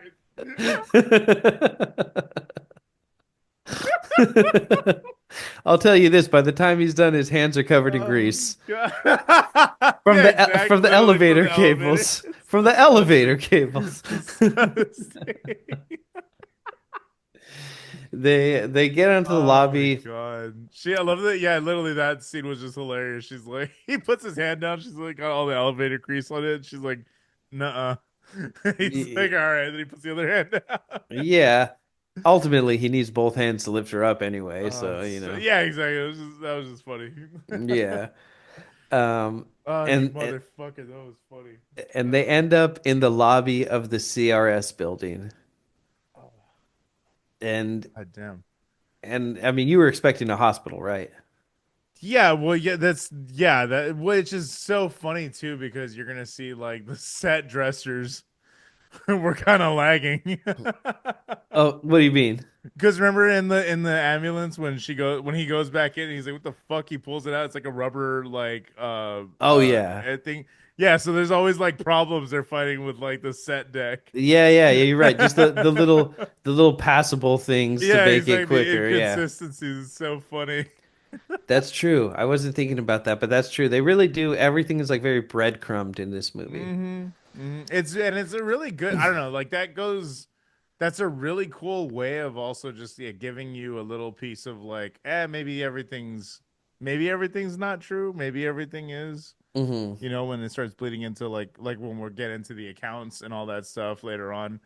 When like I just thought it was real. I thought I was like, oh, okay, that's actually a part of this. But then it's like, is it? Hmm. Very neat, very cool. I love the fucking mystery of this movie. Yeah, it fucks with you hard while you're watching it, Mm-hmm. for sure. So they discover it's the CRS building, and it has been all along. And he's like, "That's them. That's what I'm telling you about. That's the thing. I'm not crazy, you Yeah, know." yeah, A- yeah. And I think it's shot in a weird way because I think the camera moves, but Christine walks by and there's no alarm, and then a beam of light comes out, and it's like the tripwire for the alarm. So when she walks by, there is no alarm, and then it arms itself just in time for him to trip it and the alarm to go off. Yeah, yeah, you're right. That is a very Because there's this strange. weird like the camera like rotates from side to side as she's walking by, Like a but panning shot. she walks by in front of him. It's like a weird like It's centered, circular. yeah, centered, but like It's panning. like around a radius instead of just being like a left right. It's kind of like Yeah, a curved like circular it's like the camera's on a movement. track. Yeah, Yeah, swinging around. exactly. So it Yeah. like swivels more so Yeah. than pans or trucks. Mm-hmm. Um, but yeah, I thought that was interesting that she didn't set it off, but he did. And suddenly he says like, "Oh, we'll wait for security and we'll explain." And she goes, "Yeah, explain for me too," and runs away. Yeah, I was like, yeah, what the fuck were you? Yeah, the fuck that. And so he runs after her, and the pair are chased by police who eventually let loose a German Shepherd through an alley, and they end up climbing up onto a scaffolding and then into a building, up Mhm. several stories, and through the other side, where they end up on a balcony or like a fire escape kind of thing. Yeah. And there's a ladder, and he tries to release the ladder, but he fully releases it and it falls like 50 So feet funny. where like the staff of presumably like an Asian restaurant Hmm. are sitting back there They're smoking kicking it. cigarettes They're and just like, shit. what the fuck? And yeah, and the steel ladder just bounces off the ground.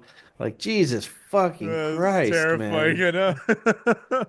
That's like makes that freaks me out on like a Yeah, yeah, spiritual yeah. level to just think about that happening Yeah, to shit me. just falling from the sky, yeah. I don't like that. Um, Christine decides that they have to jump down into dumpsters to break their falls to get away from the cops. Mhm. And she tries to hang on this little like balcony piece and it Yeah. swings out and she drops down perfectly Well, into the she's dumpster. she's hanging up there, and then one of them is like looking up, and she's like, "What the Yeah, fuck are you looking yeah, at?" yeah, that's right. I forgot about that. And then she goes, "Oh, Oh shit." yeah, And shit. And then and she tries crosses to her like, yeah, she legs. crosses her legs and tries to like pull her skirt down, and then she falls because of that. God. Which is funny, but if you think about it, it swinging out is the only reason she landed perfectly, and he had a Hmm. perfect shot into the one he Hmm. jumps into. Exactly. Exactly. It's which That's what I mean. usually in a movie, all of that stuff is just like, yeah, it's a Very movie. throwaway. Very It's like yeah. it's a movie. Like, yes, I have to We got to get them accept. from A to B. Yeah, I have to accept that Die Hard is a series of one in a million coincidences and dice rolls all Yeah. after each other. I have to Yeah. accept that. Yeah. If this was a real story, you would be like, "What the fuck," you know? Hmm. But like you just go, "It's a movie, so obviously interesting stuff has to happen." So, Yeah. psh. I think they said something about the actress actually fucking like had to jump into the trash can of live rats like just for the exterior just for the exterior shots. In this? Yeah, and this literally for Oh the so God. because Fincher's known for shooting like a bunch of fucking takes, like a Hmm. bunch of takes. So yeah, she just had to keep getting dropped into a fucking vat. That's so So gross. fucked up. Yeah, I don't know if she got injured too. Or so, I forgot exactly, but they did talk about that. That yeah, that was like she Hmm. had to jump into a thing of live rats. I was like, those poor rats, man. Why do you gotta put them in there? You know, a little bit of breaking the facade of the fantasy, but I hope she was wearing underwear. Exactly. Disgusting. Um, so eventually they make it to Nick's office where she remarks on the opulence. She goes, "You have a shower in here?" And he's like, Mm. "Yeah." And Doesn't she's, everybody? "Yeah, right." And she asks to use his shower before he calls her a cab. And he's like, "Yeah, sure, why not?" So she does, and as she's getting in the cab, she tells him, "Hey, I have to be honest with you. Somebody paid me $400 to spill those drinks on you." Hmm. And She he's said it was like, gonna be three, but I talked him up to four. "Yeah." And he's like, "Who was it?" And she's like, "Yeah, I don't know, just some guy." But he said, "Go after the guy in the gray suit over there."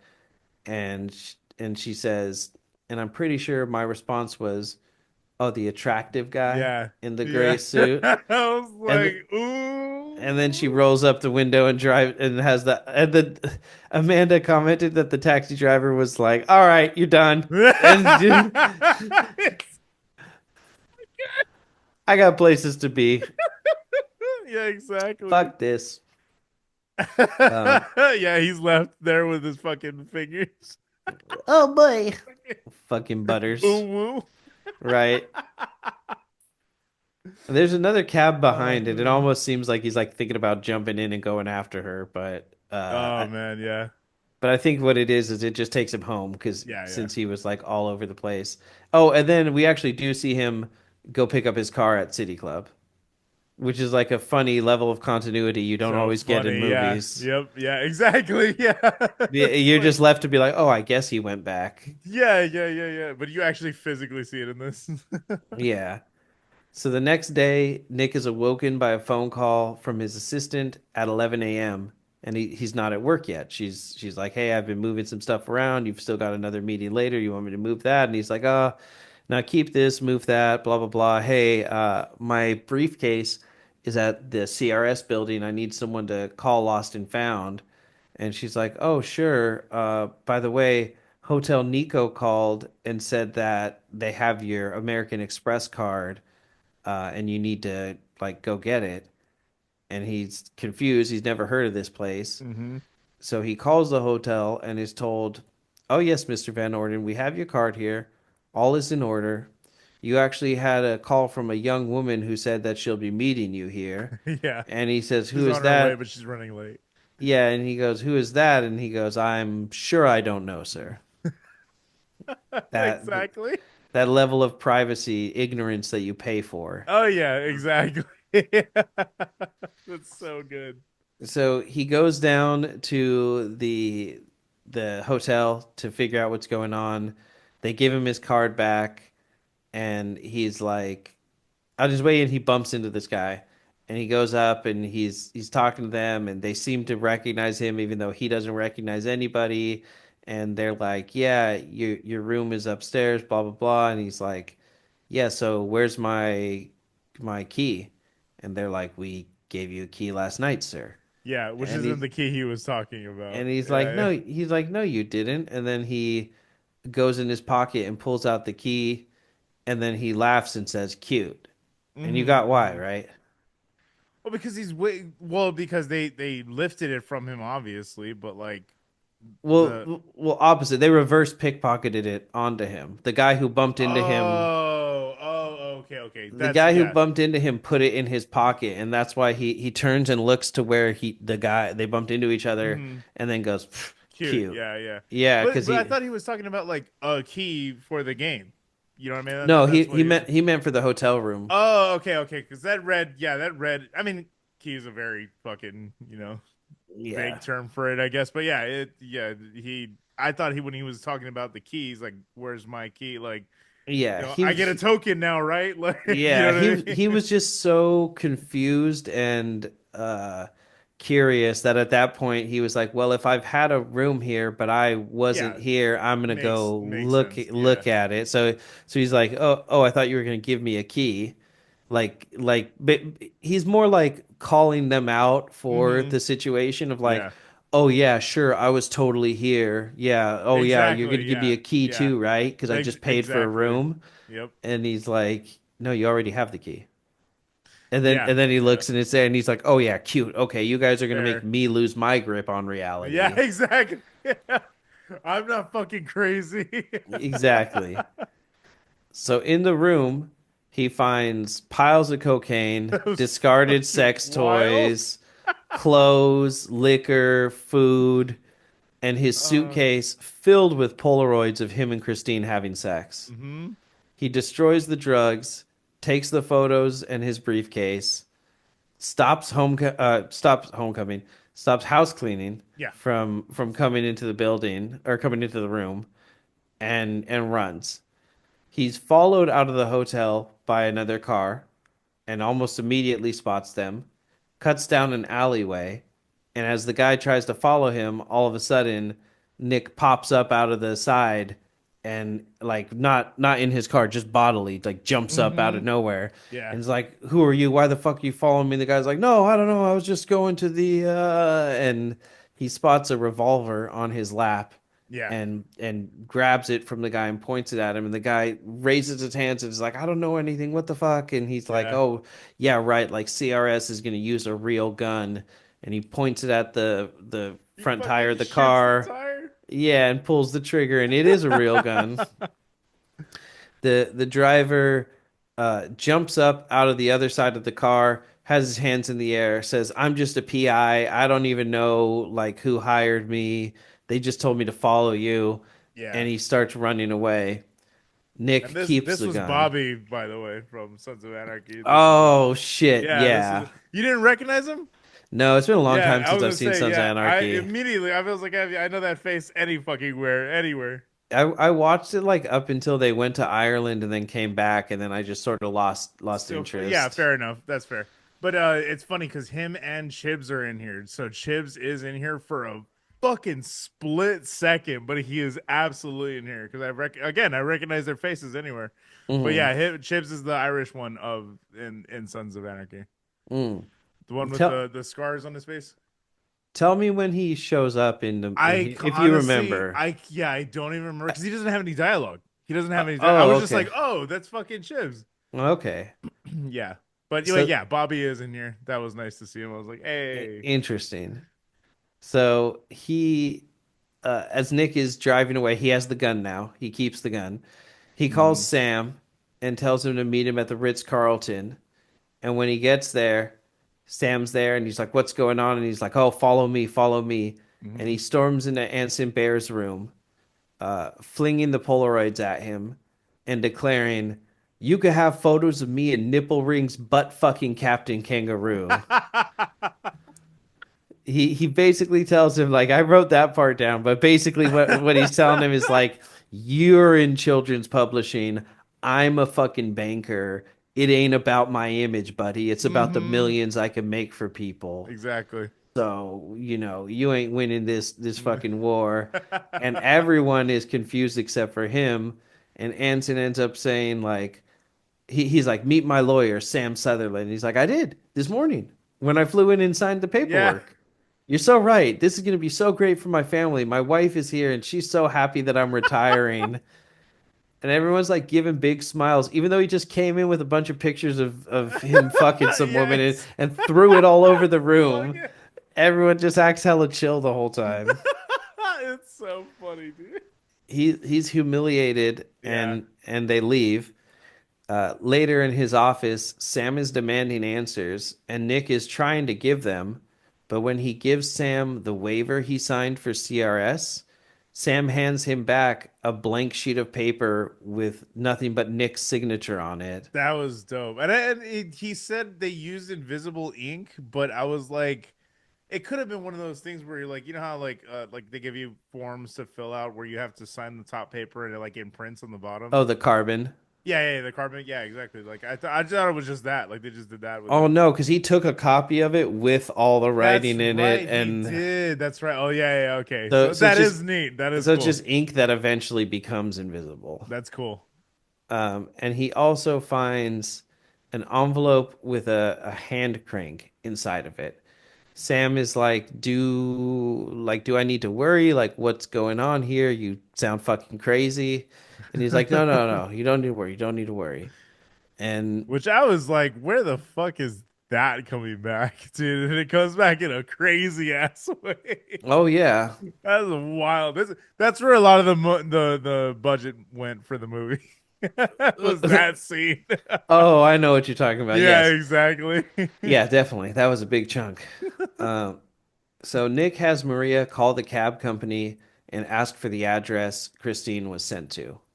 When he arrives home that night, he has like electrical panels yanked from his walls. Like he goes to turn on the light and there's exposed Shocks him. wire Yeah. and a strange phosphorescent graffiti all over his entire God, house. dude.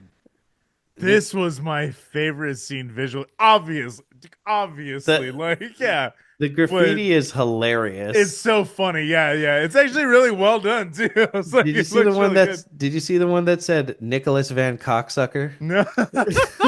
No, it's so funny. It's just like up the side of his stairs. That's And, so funny. and then Amanda pointed out, I had to go back to confirm it, but this film may be the first historical use of fuckboy. It's that's tagged on his Tagged on the walls wall, is yeah. fuckboy. which I Yeah, don't it was like think "Don't cry, fuckboy" or something like that. That was that's so funny. Yeah, it hilarious. was like yeah, it was something like that. It was just like "You're dead" or like "Die, motherfucker." Yeah, Yeah, yeah, all sorts of crazy shit. yeah. Shit was So wild. That looked dope though, man. Again, the fucking set dressing, man. That was so good. all the like the black lights and everything too. Yeah, loved. Oh, yeah, I'm all about it. That's it, dude. Okay, any blacklight scene in a movie, always gonna have my attention. Always. Speaking of Batman, fucking Batman Forever, the fucking the whatever the ghouls or some shit. I forgot what they are, but the bike gang that has all the fucking paint, like they're all neon painted out. Do you remember them? No, it's been a long time since I've seen Batman Batman Forever. It was Forever. when the Riddler and Two Face, but it's like one of the gangs that he comes in contact with. They're like they're Oh yeah, all the okay. yeah they're all like skull neon painted and shit. Like it looks dope. They look The fucking cool as shit. the golems.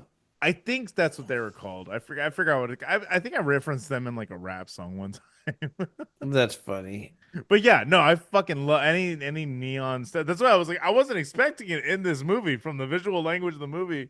You just don't get that from this film. Like it's about to happen. And I was like, whoa, this all right, I'm locked in. Like, all right. God, I just had to look. I had to like look them up to understand, Yeah, yeah, to yeah. make sure I got the reference. They're cool as shit, man. I love them. I forgot what the fuck they're called, but They're very Lost Boys Street core Demons. That's what it was. Street Demons. That's what they were referred to. with a Z. Mm-hmm. Um, so he calls 911 and he goes to the guest house and tells Ilsa to stay inside. And when he comes back into the house, the 911 operator is like, "Are you alone? Are you sure they've left?" And That was crazy. That was cool. he gets like absolutely fucking terrified. And all of a sudden, Connie shows up, freaking out, and is telling him like, "We gotta go, we gotta go. It's all going bad. You gotta come with me." And so they get into Nick's car and leave before the police arrive. And he's like, "Where are we going? What do you even need me to do?" He's like, "Yeah, they're on to me. It's been over a year. I thought you were my way out. It never ends. Like they're coming after me. I've paid them more to make it stop, and it just won't stop. Like Hmm. they're torturing me. Like what do I do?" And Nick is like, it's so funny because just as he's starting to lose his grasp on reality, they put him in this situation where now, because of his relationship with Connie, he's predetermined to like tell Connie to shut up and it's not that big of a deal. So like to then convince himself that it's Yeah. not that big of a deal Yeah. because that's the relationship and dynamic he has with Connie. Hmm. When Connie's panicking, he tells him to calm down. So then Exactly. it like minimizes it in his own brain by tricking him into like trying to Yeah. minimize it for his brother. Exactly. Which is yeah, it's fascinating. There's fucking layers to this shit, dude, man. That's fucking crazy. They have all his psych profile, you know? Yeah, yeah, you're 100% right. That's literally yeah. They talk. Well, I was gonna say we're yeah jumping ahead, but yeah, what they used the information for. Yeah, 100%. That's exactly what it was. It's the psych profile. That's so interesting. Um, so as they're driving too, he starts ripping out like microphones that are like in the lining of the Yeah, that was car cool. and That was cool. like just finding and Nick's just like what the fuck, but he's still telling him it's not that big of a deal. Hmm. And then suddenly they get a flat tire and he has to pull over and Connie's like, "No, that's them. That's them. They did it. They made that happen." And he's like, "Dude, calm down. It's a flat tire. Like we'll just figure out how to change the tire. It's not that big of a deal." Hmm. And as he goes to the trunk to do so, Connie opens the dash and finds hundreds of CRS keys. Hmm. And he picks them up in his hands and gets out of the car and tells him, "It's you. You've been with them all along. What are these? How many games do you have going? Like how many Yeah. people?" And he's like, "What are you talking about? That's not me. I didn't put that there. Like obviously they planted it there, but Hmm. just 5 seconds ago he was telling him that they're not a big deal and they're Yeah, not, you know?" exactly. Yeah, yep. So all of a sudden they're pit against each other and Connie starts running down the street and they have this strange like chase slash argument where Connie's like, "You Yeah, don't need." down the stairs. Yeah, where Yeah. Connie's like, you don't need to act like my dad, and and he's like, oh, I didn't need to. Oh, I didn't need to. Like, you don't know anything like the responsibilities I have and Hmm. all this stuff, and they're You get a just really good view at their like a deeper view into their relationship too. yeah, and the sound design here, you mentioned some of the sound design earlier, Hmm. but it's so like distant and there's a little bit of like wet mix, like reverb on Yeah. everybody's voice, Yeah. and it's dreamy and like it's so weird. It It's doesn't just e a strange quality to throw onto a regular dialogue scene that you're just like, oh, this should just be exposition, right? But there's something else going on underneath. You know what I mean? It's uh-huh. very yeah, you're right. Dreamlike is the best way Yeah. to put it. Like it's so fascinating. Yeah, it's really strange how like unreal the whole thing seems. Mm-hmm. And Connie runs down a stairwell and like they're like I know exactly where they are. They're in Chinatown. There's like this so underneath where they're standing, Mm-hmm. there's a tunnel like a for cars. And so to get from the street that's on top to the street on the bottom, there's the stairs, the walkway for people. So when Connie goes down the stairs, Nick looks over the Yeah. balcony of Yeah. the Yeah. like the tunnel thing, Mm-hmm. expecting him to come out the other side, but he never does. So that He sees him running down the street, doesn't he? oh, does he? Yeah, I was gonna say I think he sees him running down the street. Oh shit, my bad. I thought he just never sees him come out. So oh no, you're right. I think he runs down the street and then the payphones next to him start Start ringing, ringing. That's and exactly what it then was. all the Yeah. payphones all around start ringing, Yeah, that was cool. and That then was he cool. he answers one and he hears their argument being played back. Mm-hmm. It's the recording. Like I was like, oh, that's dope, dude. I was like, that's such good fucking like good writing. Again, yeah, I'm just gonna keep praising this writing. Like such an interesting thing to throw in there. I mean, like, yeah, let's fuck with him a little bit more. Yeah, it's just we're always watching, Mm-hmm. you know. Mm-hmm. So then he ends up going back to his car, trying to get things going and realizing like that it's fruitless or it's ridiculous. Yep. And I think he decides that he's gonna go after Christine. And so he calls a taxi, gets into the taxi, and right when he gets in, the doors lock.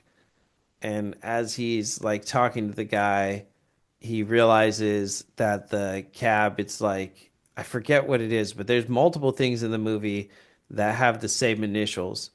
It's like, I wish I would Oh have, yeah, I do. Yeah, I know what you're talking about, but I couldn't. Yeah, I couldn't tell you the initials right now. yeah, but it's CRS is the cab company's Mm-hmm. initials, and Mm-hmm. he realizes it, and he tells the guy, "Just let me out here, just let me out here, just let me out here," and he won't, and he's speeding, so he's in That an shit was area. crazy. The motherfucker starts laughing. I was like, oh. Yeah, he's like, I'll pay you, I'll pay you, I'll double it, whatever they're paying you, and the guy just laughs, and he's in an area called the Embarcadero, which leads down like to the actual bay, like that's where like the piers are and Yeah. stuff is in the Embarcadero. Mm-hmm. So now where He's this aimed is right for it. Yeah, now where this is, there's like buildings and stuff, so he wouldn't be able to do this, but Mm-hmm.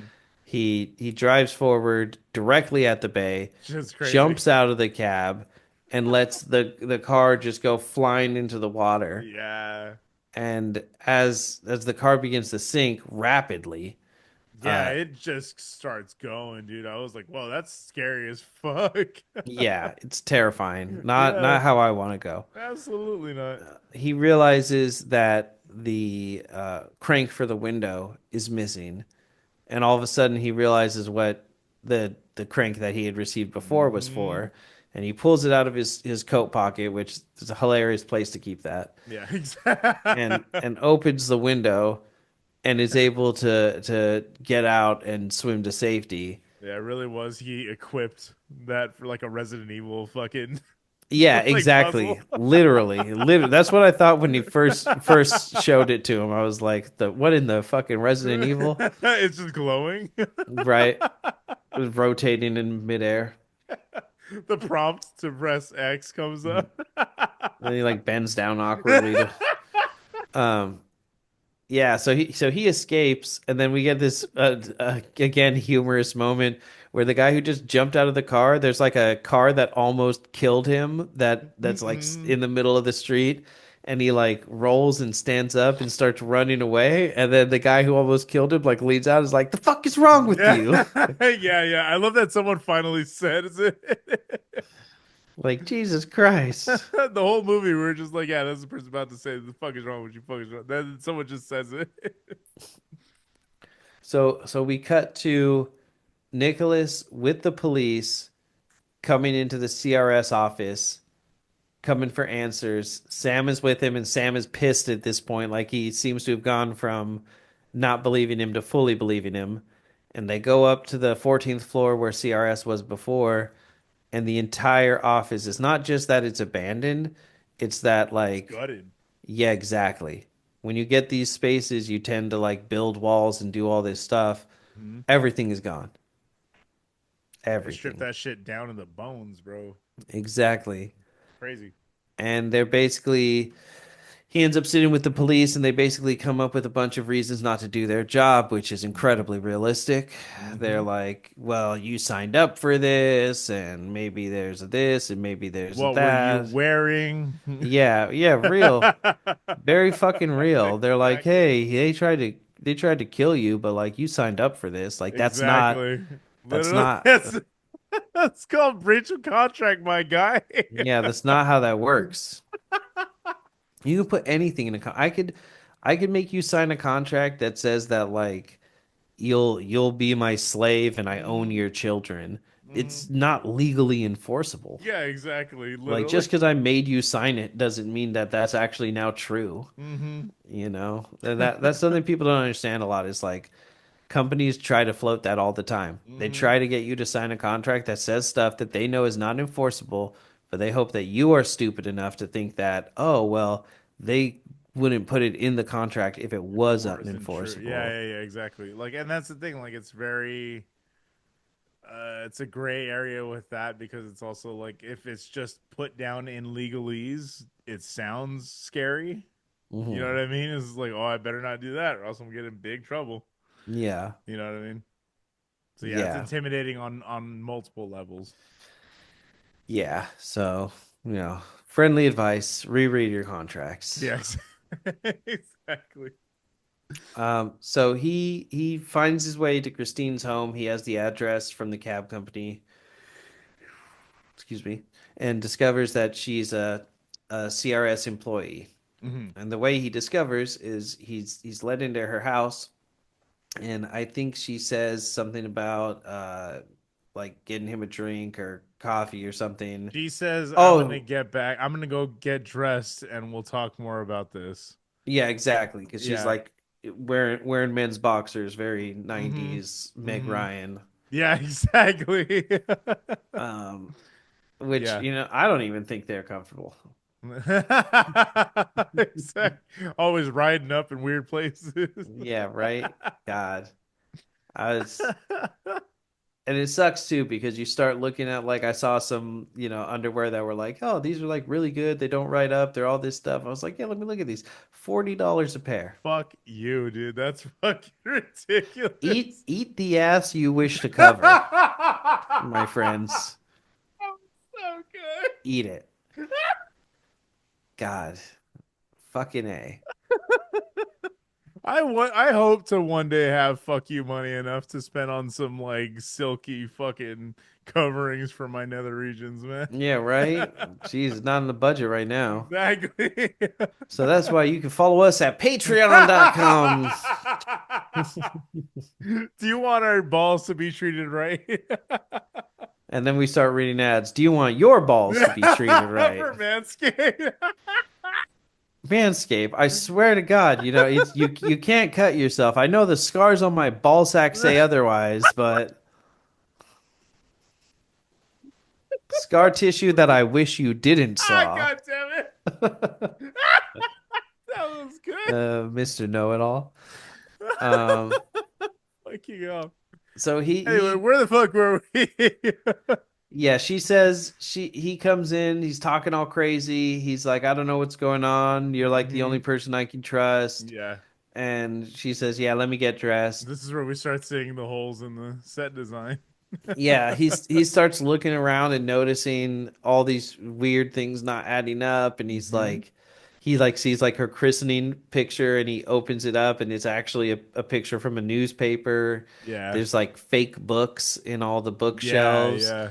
All of the drawers are empty. The fridge is empty. The phone line doesn't work. Like Hmm.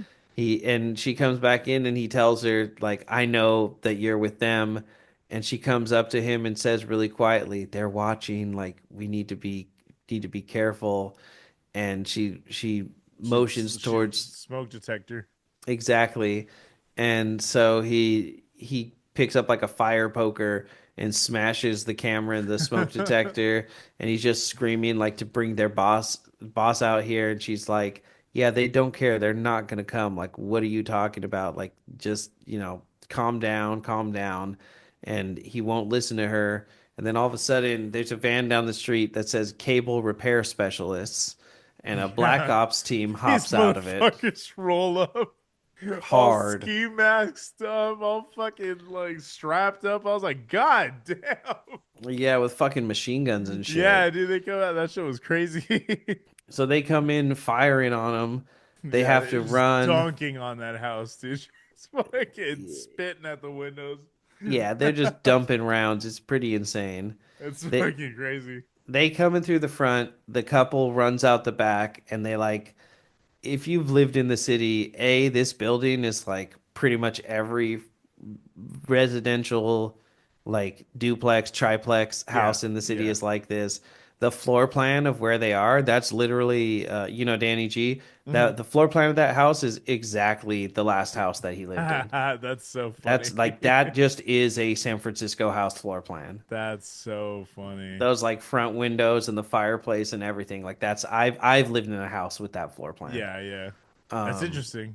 Yeah, and then also as a part of that, the way the backyard is exactly how those houses are. So there's like the stairs that come down, but Yeah, then there's also like this little room or like laundry, usually a laundry area yeah. that's like down there. So they come down and they go They hide in hide in that. that. Yeah, right below the stairs. Yeah, Yeah. yeah. So Hmm. they're in there as this black ops team goes through the house, and then they run away and like loop around, and they get in. I don't know if it's his car. I think he arrives by taxi when this happens, and they jump into a car together, and they take off, I think and so. Yeah, you're right. and then they're on the Bay Bridge, which I thought was funny again, just like being familiar with You're the like area. shout out. Yeah, so I was like, okay, they're leaving the city, and then they end up driving to some like remote cabin. So I don't know where they ended up, but like a couple hours away from where they were. Mm. And as they're driving, Oh yeah, this was good. he's like, he goes to leave her. He tells her to get out, and she gets out, and then she goes, "Okay," but then no one's ever going to tell you what's going on, and he slams the door and drives away, and then stops Kids. Skirt. and backs all the way back up and opens the door, and she gets back in. I thought this was fucking crazy though. This is the part with the accounts that I was talking about. Yeah. This Yeah. is wild. She tells him that, you were targeted. This is what they do. They've taken everything. Like, what do you think the point of all this was, if not your money? Hmm. And she's like, call your banks, and he's like, no, you're full of shit. You're full of shit. And then he gets scared, so he starts calling like the Swiss bank and everything. Yeah. And they're like, yeah, you're cleaned out. There's nothing here. And he presumably calls the rest of them, Hmm. and he's just like freaking the fuck out, not knowing what to do. And then they end up at this like cabin, which presumably is his cabin, and they're sitting there talking, and she's explaining, a little more about them, and that she doesn't have the whole picture, but she Hmm. knows enough to know that that's the plan, is to steal everything from him and like destroy his family. Yeah, it was interesting that she said that the all of the information they got from his psych profile is what they used to figure out his passwords. Yeah, they had like voice samples Hmm. and all these things to, like, Yeah, I thought again, that was neat. That Oh, was you're cool. right. The AI thing does sort of come back again because that's what they're saying they did is like they basically made AI calls to his banks to like Mm-hmm. get all the money out. Mm-hmm. So It's interesting. so she tells him he's like, "What is the purpose of all this?" And she says, "Open your eyes. It's a fucking con. Yeah. Like that's it. It all just boils down to you had money and they want your money. Mm-hmm. They roped Connie into all of this so that, you know, they're stealing his money and they told him, you know, maybe he'd be off the hook if he brought you into it and now here you are and they have both of you." Mm-hmm. And she comes back with coffee and says 2 sugars, right? Which is like kind of a fucked up joke because Yeah, it is like exactly. she Because knows everything about everything him. about him. Yeah, Yeah. exactly. So he drinks from it, and then as they're talking, we see his vision and that he's like fucked up and drugged. And when Yeah. he collapses, she tells him, "We actually never had all of your password information.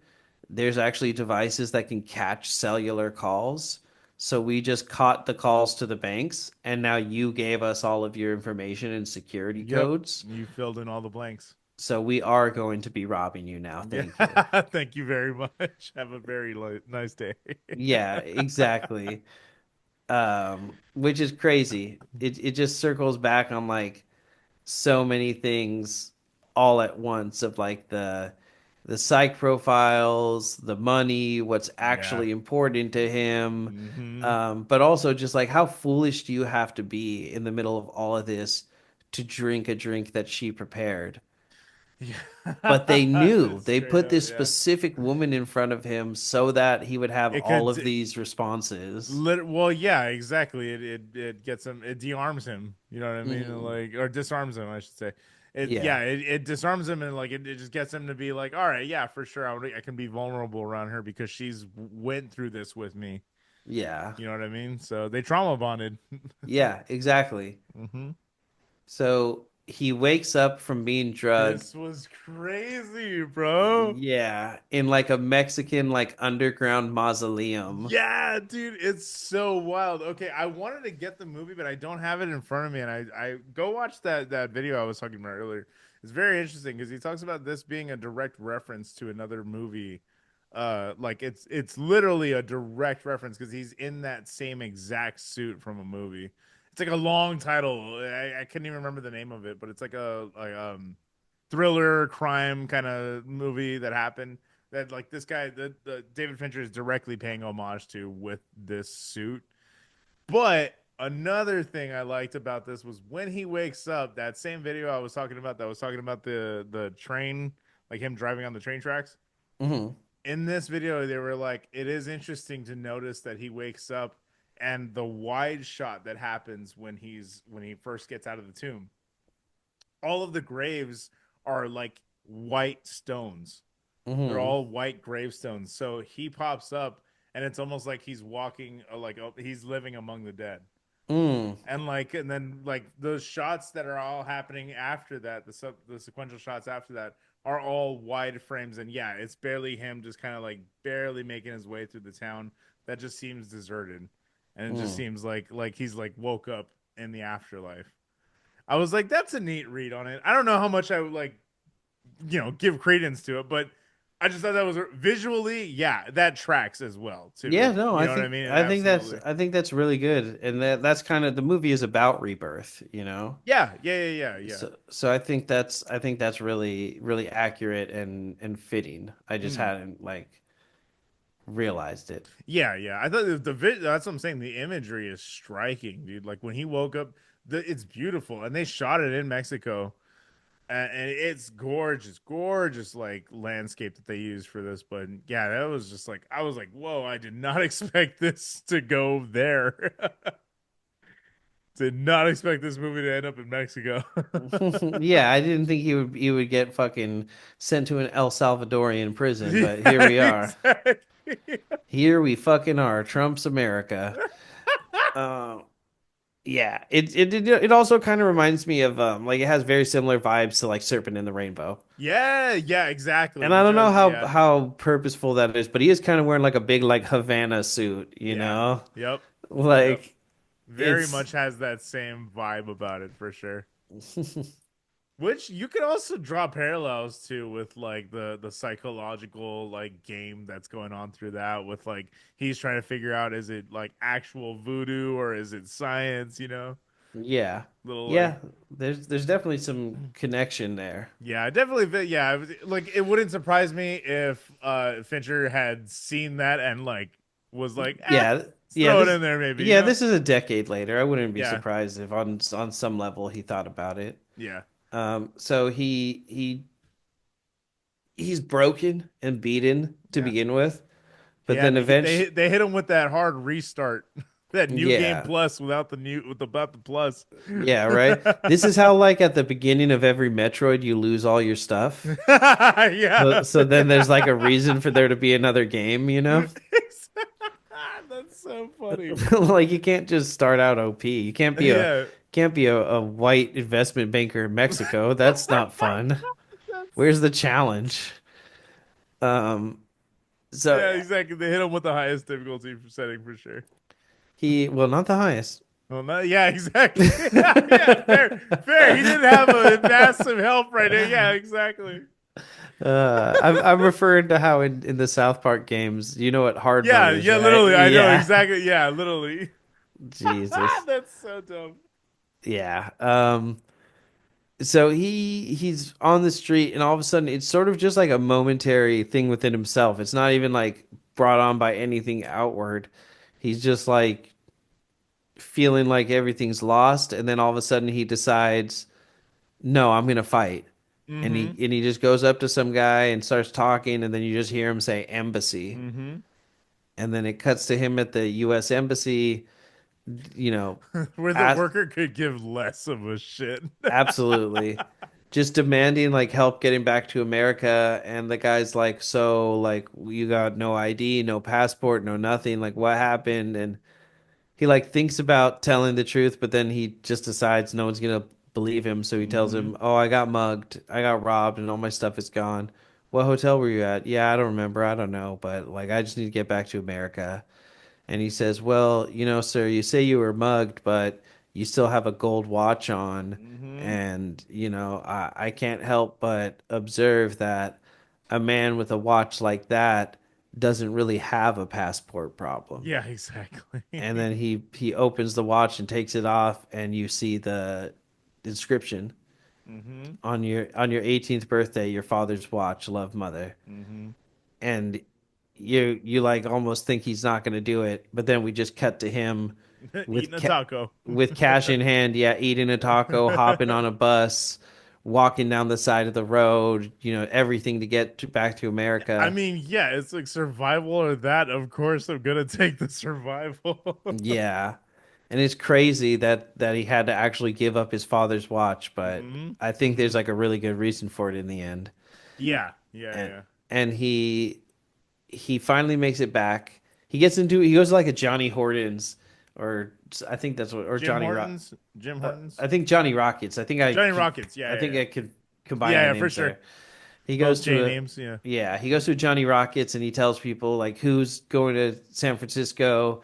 I have $19.78. Like please, I just need to get to San Francisco, and no one wants to take him up on it. But then we cut to him inside of a truck sleeping, Mm-hmm. and he makes his way back home. He goes to his act like his literally his home, not just San Francisco, Yeah, yeah. and there's a foreclosure notice That hanging shit on. was wild, dude. Yeah, They fucking robbed his ass for real, dude. everyone at the bank was coming that day. They were like, we just get to seize this. We just get to seize this and sell it again for a pure profit. Oh my God. I Yeah. thought you meant coming as like like it was in the spelling. Oh, like they were just going to Oh, his house that you're day. funny. No, no, no. No, with a U, No, with with a a U. U firmly. The British U. Oh That's how British people spell cum, right? my god, so stupid. Kolar, Armar, Coombe. I thought that's just how it worked. Stupid. So he Too breaks fucking into his funny. foreclosed mansion Yeah. and everything is gone. I He know. I was like, come on, dog. You couldn't expect anything to be there, right? Like, Yeah. He goes into his library and pretty much everything is gone but like the most upper shelves. And he climbs with a oh yeah, ladder, I think. he gets a little rainy day jar.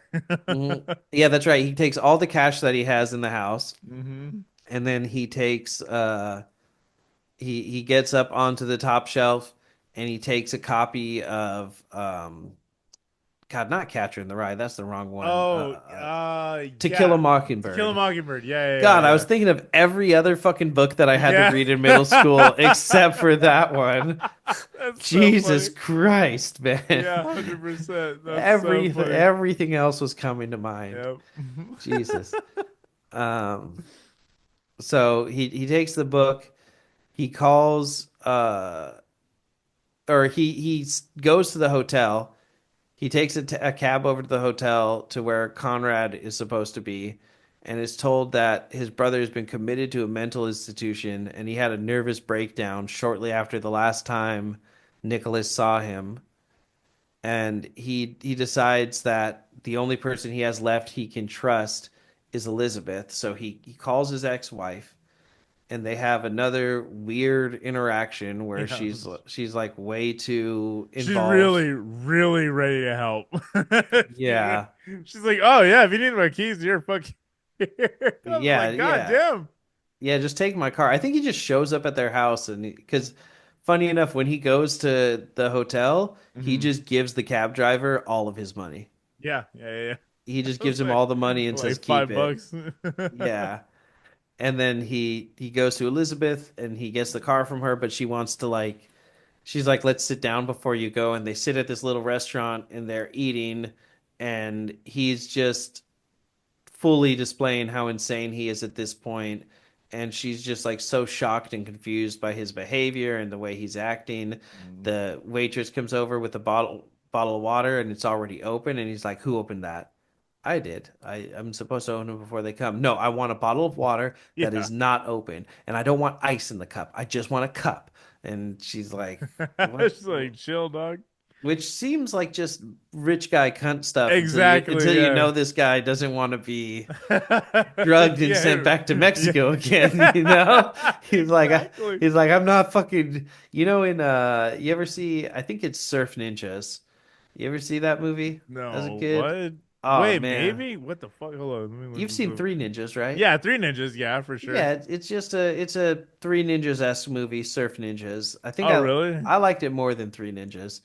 But there's a part where Oh, what the fuck? Yeah, it is. That's so funny. there's a part where they have to like surf into the island where the bad guys are. It's a very silly fucking movie. Rob Schneider, what the fuck? Yeah, young Rob Schneider, believe it This or is not. wild. And there's a part where they're like fighting the bad guys at this like temple, and they mention how there's like 1,000 stairs at the temple, and there's like this big fat guy who's like one of the right hand men of the baddie, and they like trip him and kick him down the stairs at the beginning of the fight, and you just see him go rolling down the stairs, just like unable to stop himself. And then near like two-thirds of the way through the fight, he comes back up the stairs and he's all winded. And the same kid who kicked him down the stairs turns around and just like very effortlessly does it again.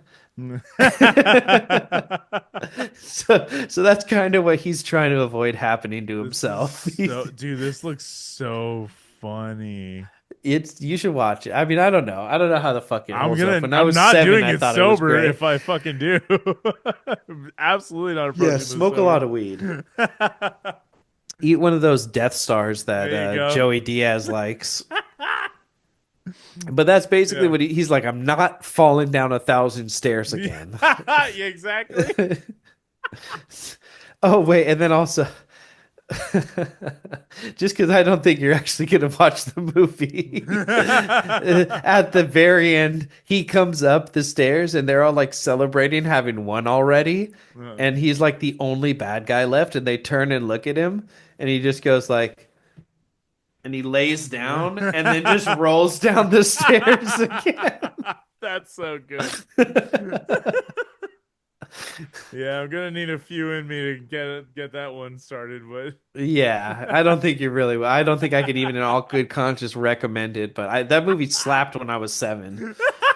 so did Three Ninjas for me. Yeah, I get Yeah, fucking A. I loved Three Ninjas. yeah. Tom Tom. That was a Yeah, kid's Tom name. Tom. Yep, yeah, hell yeah.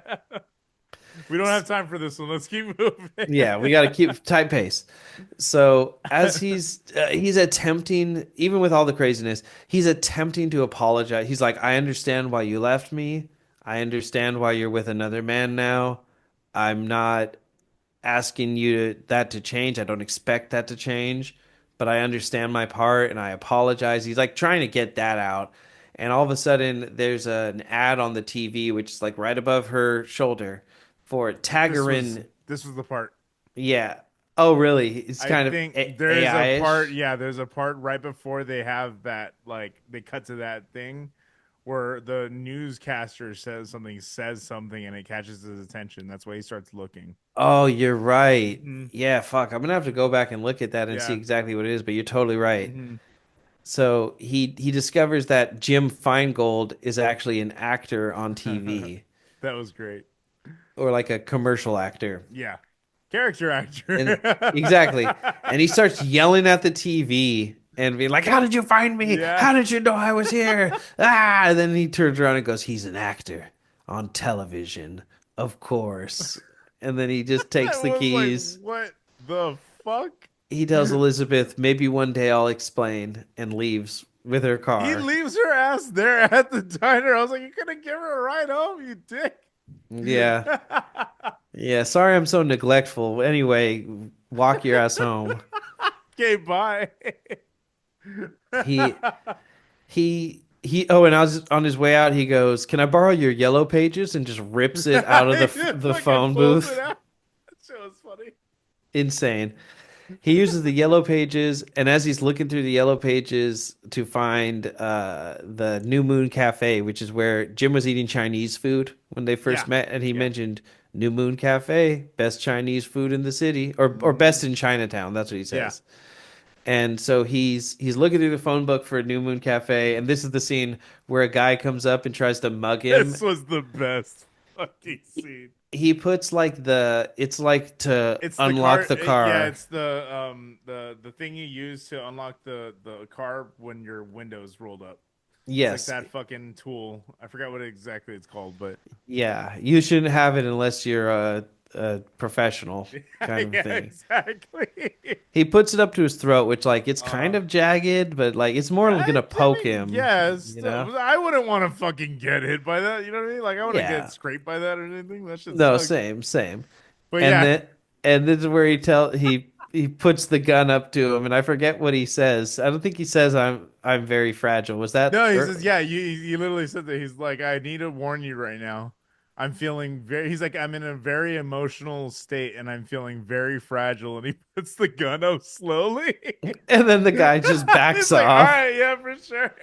Those are always so funny. The clearly I'm outclassed. Have a good day. Yeah, yeah, exactly. Dude, that was just the line delivery. I was like, you fucking, he went, that was falling down Michael Douglas right there. That was like, Yes, yeah. yes. That was so good. I was like, oh yeah, for sure.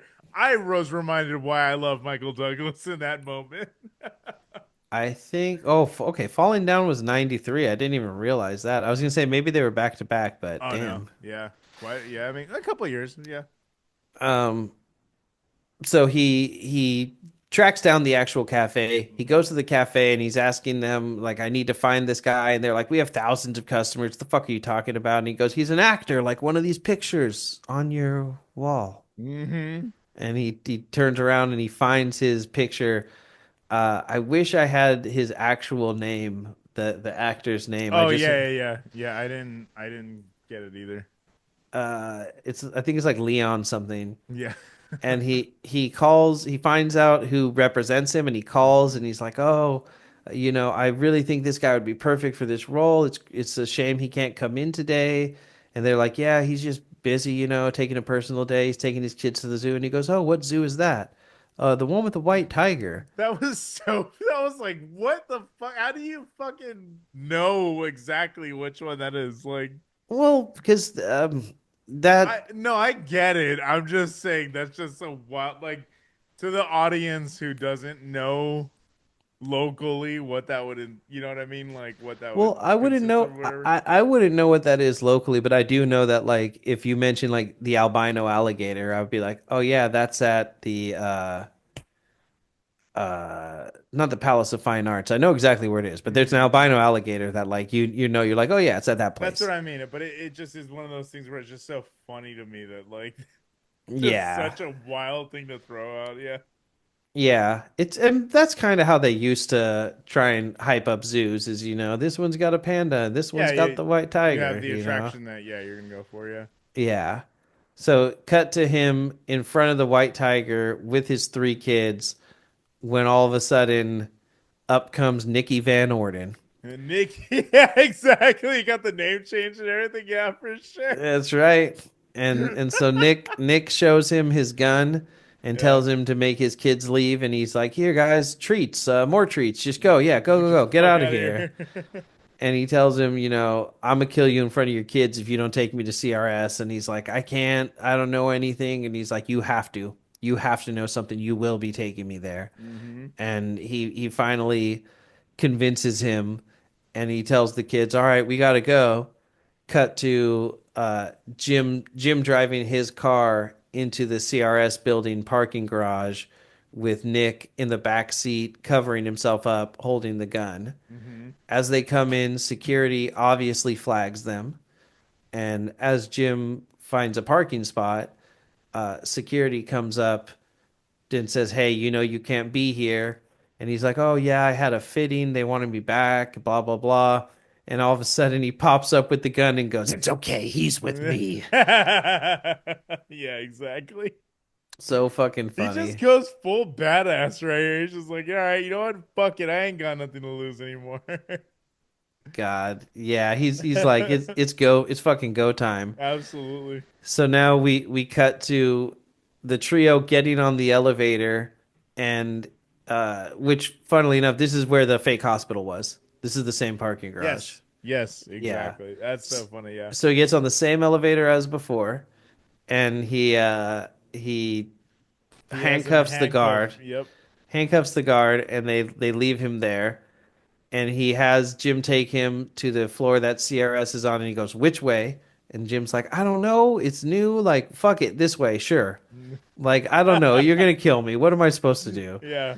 And they go into a cafeteria where we see every incidental role that has been in the entire film from start to finish Yeah. sitting and eating. We see the guys from the country club. Yep. We see the guy in the airport that pointed out the pen. Yep. The We see paramedics. we see the paramedics, the police. We see the old man who was standing by one of the payphones when they started ringing. Yep. We see every single person he's interacted with the entire movie. It's when you go behind the scenes at one of the haunted houses at like a Knott's or a Universal. Like Hmm. all the creatures in back and just fucking smoking cigarettes and shit. Yeah. You walk into the wrong door in Disneyland, and you see Baloo with his head off fucking doing rails. Exactly.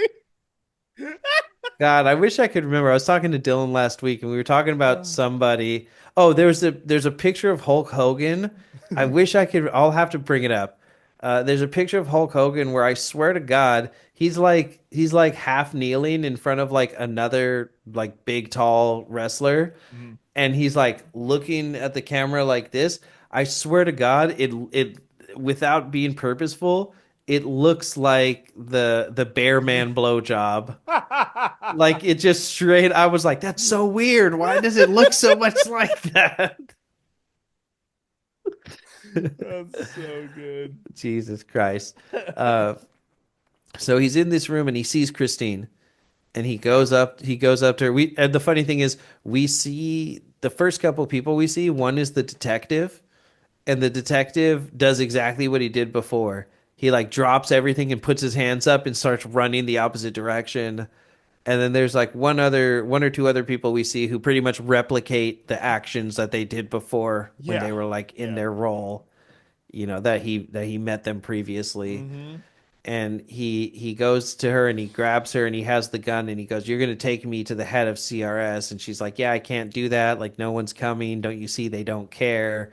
And he's like, "No, no, you're going to take me. You're going to take me." When all of a sudden more armed guards come in and start shooting, causing them to run. And I think a couple people, Jim gets killed. A couple people get killed, like in the Mm-hmm. crossfire here. Mm-hmm.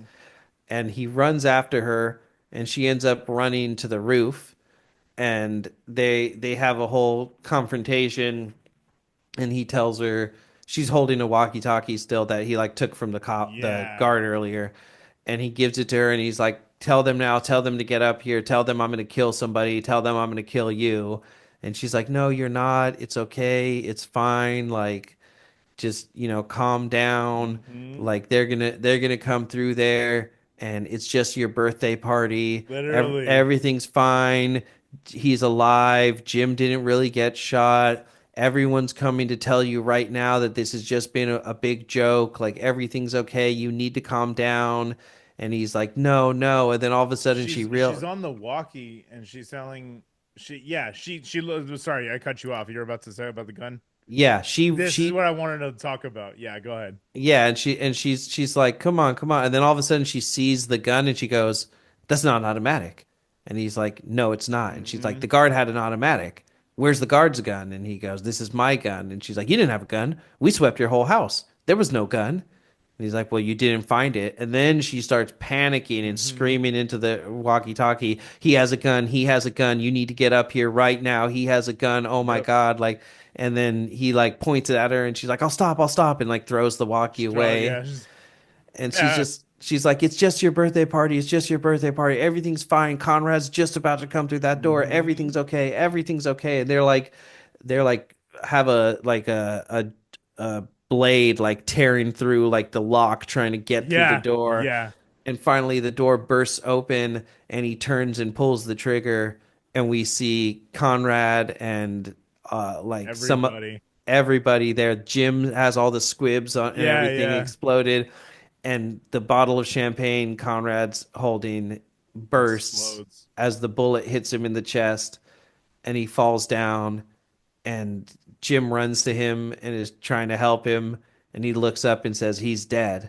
Mm-hmm. And all of a sudden he starts telling Christine, "You can't let the mark take control. You got to stay in Yep. control. It's all about controlling them and leading them. We're Like all going to fucking prison for the rest of our lives.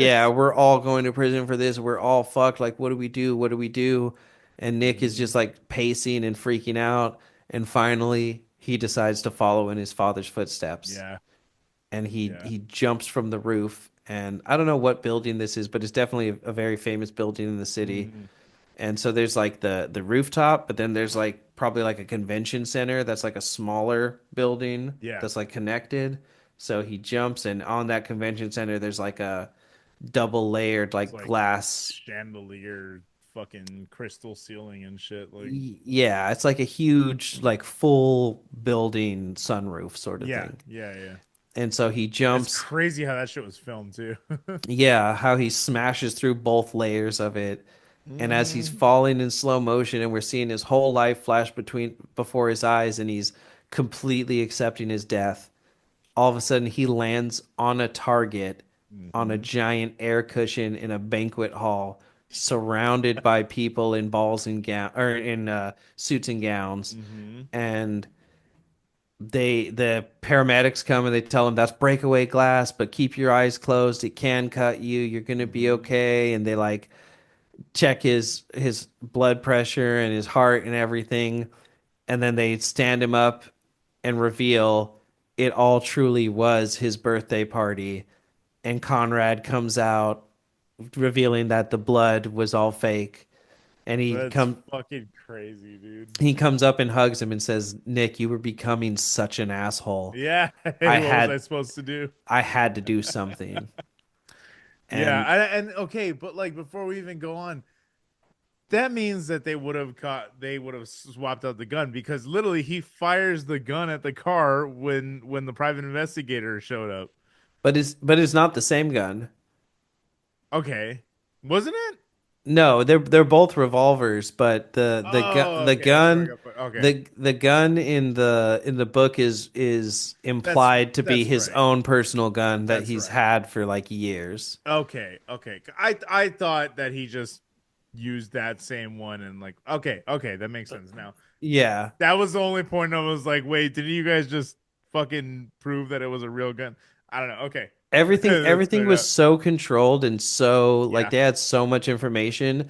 They left the gun on purpose, but they filled it with blanks that's crazy. so that then he would believe that he still has his gun and that it's something not influenceable by Yeah. them.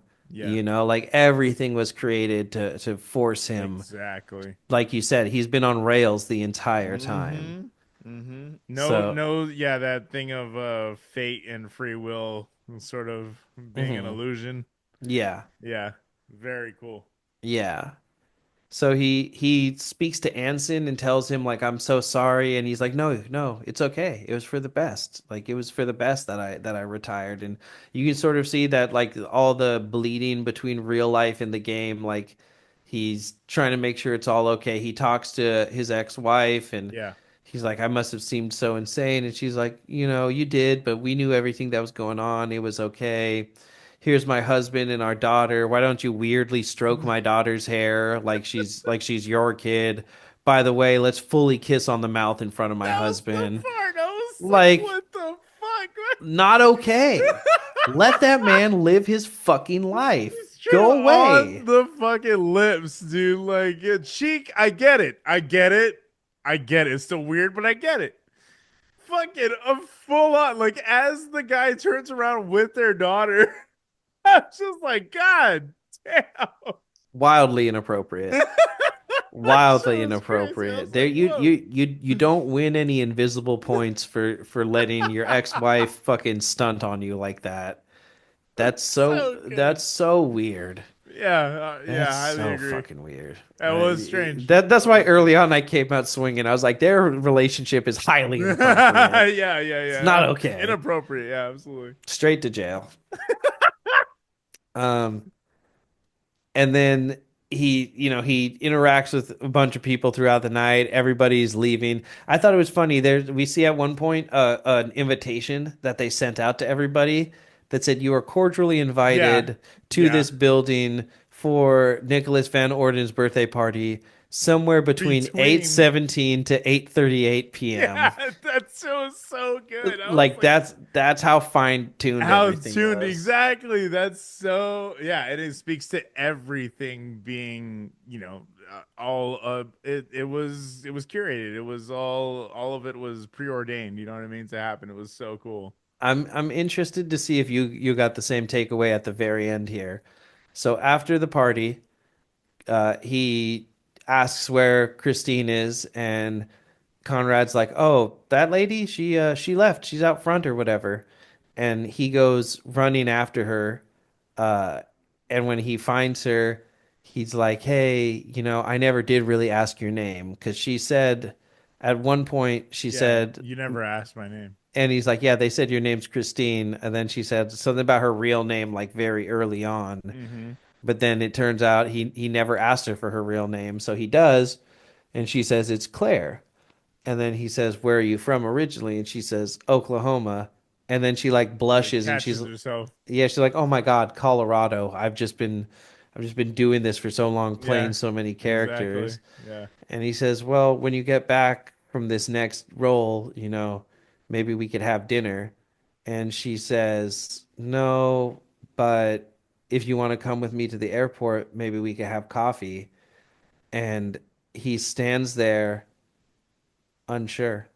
He stands there like, Oh, fuck off. That's really good. he's like, is the game still going? Oh, that's really good. I didn't even consider that. Yeah, he's like not sure if like where it really ends. Oh, interesting. Because I did see something about I think it was in that video where they were talking about the alternate ending for this movie Yeah. was supposed to be him walking out of the hotel alone, and then someone offering him to get like a cab or something like that. Like a cab pulls up and is like, "Do you need a ride?" And he like looks at the camera and he's like, "No, I don't think I do." And then like walks off. And I was like, "Yeah, this one works better." Yeah, it conveys kind of the same thing of like Yeah, but I think this is way more layered, and like very interesting. And it's almost a callback as well too,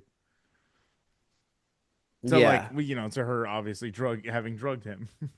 The fucking shirt, we didn't point out the shirt that Connie pulls out. He gives him the birthday shirt, the birthday. Oh, that's right. I It's was like, dr I was drugged and left for dead in Mexico, and all I got was this lousy shirt. Yeah, I forgot about that he comes out with that. That was so good, man.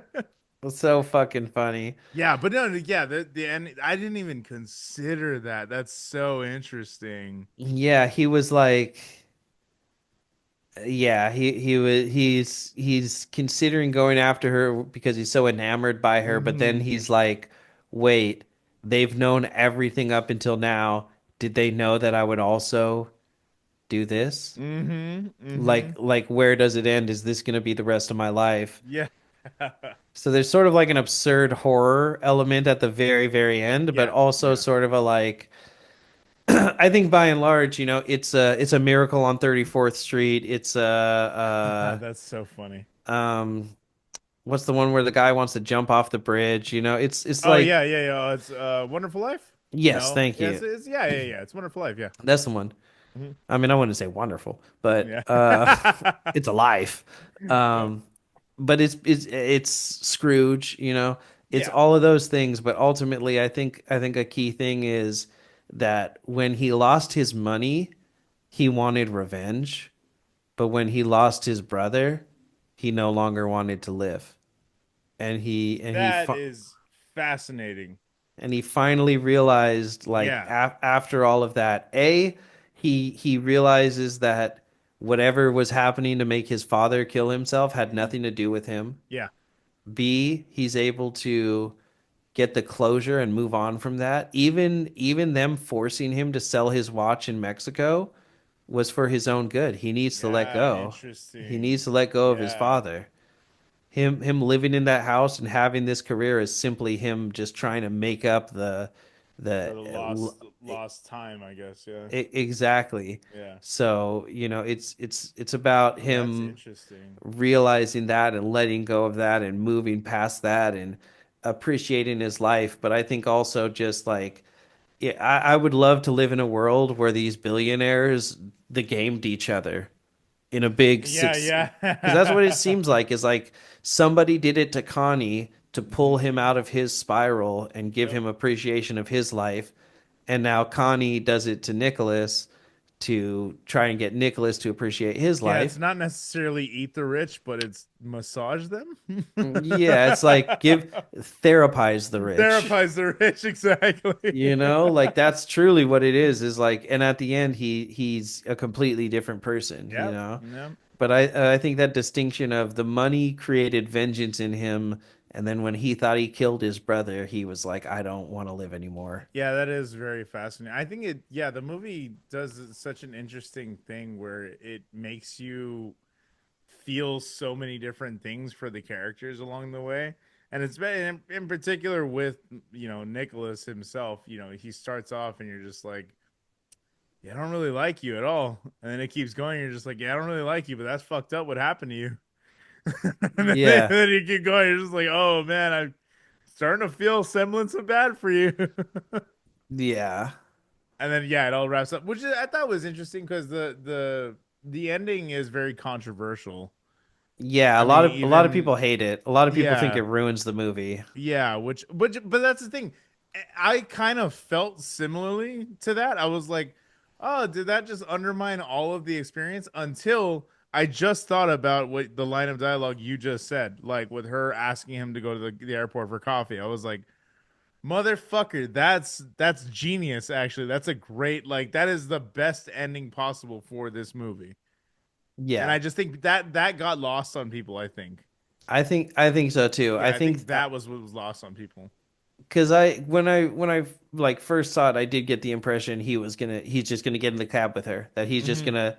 That he's just decided like my personal enjoyment is more important than uh keeping up with Keeping up like with, yep, yep, like other like they he responsibilities. Yep. threw the party for me and it has its purpose. It's already Hmm. come to pass. So I should just leave the party and like leave my own birthday party to do something that I want to Exactly. do, you know? Yep. Like that's how I thought before, but then I kind of realized no, there's a hesitation. Exactly.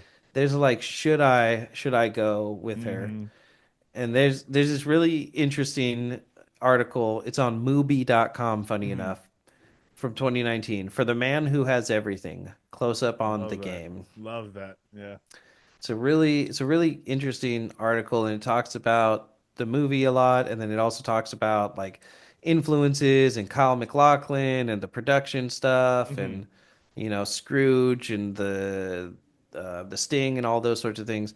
But it also talks about Kafka, who I was just telling Amanda recently about how people love to say Kafka-esque, Hmm. but it doesn't really like the explanation for Kafkaesque is extremely unpleasant, frightening, and confusing, similar to situations described in the novels of Franz Kafka. Mm. I don't think that's quite it. It's a little more dreamy and surreal Yeah. and hard to pin down. But once you kind of get a nose for it, like you know it, and Hmm. it's this movie becomes Kafkaesque at the point where he no longer knows what reality is, and that's the distinction. And we as the viewer have no idea what reality is. Like at Hmm. a certain point, you're like, they're like, we've denied you the game, and you're like, okay, they're obviously still going to do the game, and then the game starts, and you're like, okay, he's doing the game, and then at some point you're like, wait a minute, how much of this is the game and how much of this Yeah. isn't the game? Yep. And oh, the game was just about robbing him. Okay, that makes sense. Oh no, he killed his brother. That's crazy, especially because the game wasn't about robbing him and Hmm. now he's going to kill himself and I could see how that he didn't kill his brother's alive. What the fuck is any of this? Hmm. Like Hmm. um but in this article, they have a couple quotes from Kafka works, and one is from The Trial, where one of the characters says, "It is not necessary to accept everything as true. One must only accept it as necessary." Interesting. Oh, I like that quote. And that's kind of how the film works. Is like That's it's literally how the film works. Yeah. yeah. Another Kafka quote: "From a certain point onward, there is no longer any turning back. That is the point that must be reached." And that's what they do to him. Yeah. Yeah. Kafka's works are very transformative, and not just in the sense that Metamorphosis is about a guy turning into a bug, Hmm. but like just this very. It's not the regular hero's journey you go through. Like he Yeah. didn't go through Exactly. this and triumph and like Yep. now he's amazing and he's the best ever. He went through all of this to become a semi decent person. Yeah. Yeah. Literally. You know? Uh Yeah. And I think that's what's so fascinating about it though is that's also distinguishing factor in postmodern film is that you play with these things, you play with the ideas that have been set forth already and like set in stone. yeah. You're just like, all right, now let's see what else we can do it. That's why Pulp Fiction gets brought up as the shining example of postmodern cinema because that movie does every fucking possible thing to play against the type, Yeah, and to you know? constantly remind you that you're watching a movie. Yeah, To exactly. constantly be like, well, now we're going to go back. Well, now we're going to go forward. Well, Mm-hmm. now we're going to show Mm-hmm. you a story that's happening in the middle of another story. Exactly. Like Yeah, like you yeah, yeah. have you can't just watch Pulp Fiction and go, that was a story with a beginning, middle, and end, and No, just stop exactly. thinking about it. You have to sit there and go, huh, well, um, Vince died Yeah, during that story. So I guess it must have been after happening this thing. after this. Yeah, So exactly. presumably the reason he died is because Jules is out walking the earth and Mm-hmm. he's not there to watch his back anymore. Yes, exactly. Which I don't think I ever like actually thought about till right now. Yeah. Um, but Pulp Fiction episode coming soon. yeah, this watch. Yeah, exactly. Unfortunately that is a JoJo reference.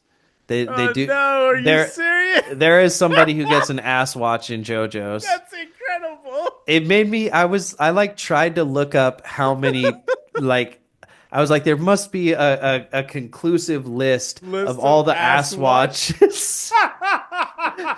Like it's happened more than once. I've seen more than one thing uh, reference it. You know what I that's mean? funny as I was hell, like, dude. what was the original ass watch? And Google was like, I don't It's like, know what what the to fuck are I you don't know what to do with the words you bro? gave First me. of all, get help. Second of all, what the fuck? ChatGPT would be like, what an amazing question. Only a man with a 7 foot hog would ask. Ass watches. Yes, there have been ass watches going back to ancient Grecian times. And you're just like, none of this is correct, except the 7 foot hog. That part is correct. So stupid. So stupid.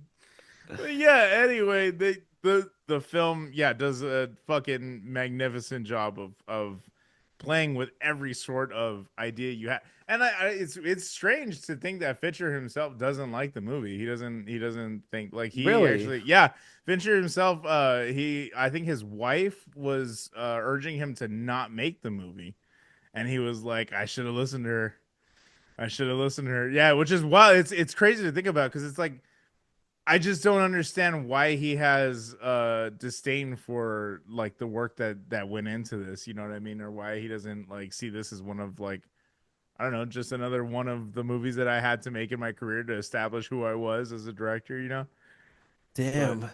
yeah, it's crazy. It's crazy to think about, but yeah, I mean, hey, it's beloved by a lot of people now. I mean, shit, Yeah. it wasn't like wasn't well received back then either. They saw their money back and then some. Yeah. Yeah, definitely. That Yeah. is interesting. Yeah, I'm seeing the quote here, and he says, "We didn't figure out the third act, and it was Yeah. my fault." Yeah. Yeah. So he kind of admits the ending was kind of like thrown together, but I think it It really works.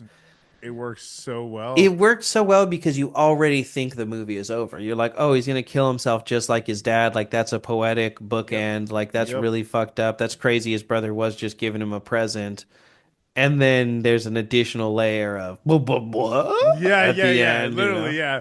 But that's what so Michael Douglas has gone on record in saying that he really enjoys the film now after like as a retrospective as on like that exact thing where like usually you're able to predict the third act in movies during this time period especially, you know what I mean? Things were just so paint by numbers.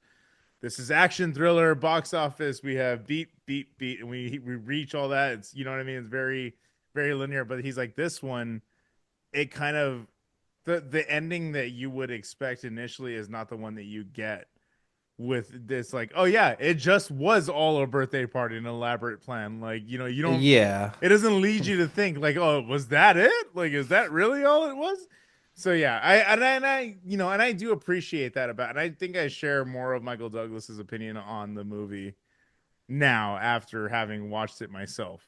hmm Yeah, I agree with that. Mm-hmm. It's it's it's not perfect, and I can admit that, you know, like it's Sure. Shawshank is perfect, Sure. and Yeah. you I know, mean, and yeah, from like literally they teach the fucking script in schools and stuff like yeah, for perfect screenplays. yeah, and I'm sure several of Fincher's other works are taught. I wouldn't be surprised Yeah. if this is taught in like this and Seven side by side in terms Yeah. of Yeah. he nailed it with this, he may not have nailed it with this. Fair. Um, Fair. but I still think it's you know really enjoy it. Oh yeah. Um, this is a Fincher quote. I'm not sure if you saw this, but this is just in regards to us talking about like postmodernism and Hmm. what is it in film. Fincher explained that film differed from others of this kind because, quote, movies usually make a pact with the audience that says, we're going to play it straight. Yeah. What we show you is going to add up. But we don't do that. In that respect, it's about movies and how movies dole out information.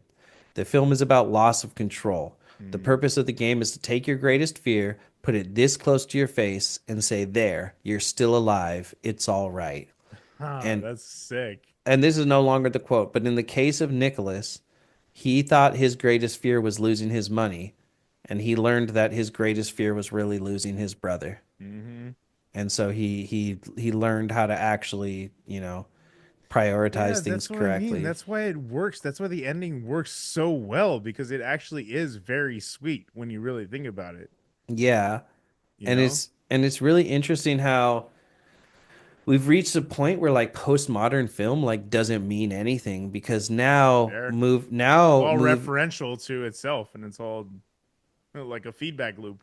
yeah, Yeah. and movies do agree that there's like rules, but they agree with you on the rules up front so that they can then bend them. And so many Yep. movies now are about like, hey, remember, 10 minutes into the movie, they walked into their childhood bedroom and there was like a poster on the wall that said this. Well, actually, at like the very end of the movie, it's going to be incredibly Important. important. So, Yep. so there's like that breadcrumbing, that foreshadowing of it. Yeah. But, especially in a post Game of Thrones world, Game of Thrones is like, to me, it's insane that anyone hates the Game of Thrones ending Hmm. because the reason they hate it is that it's not exactly what they predicted.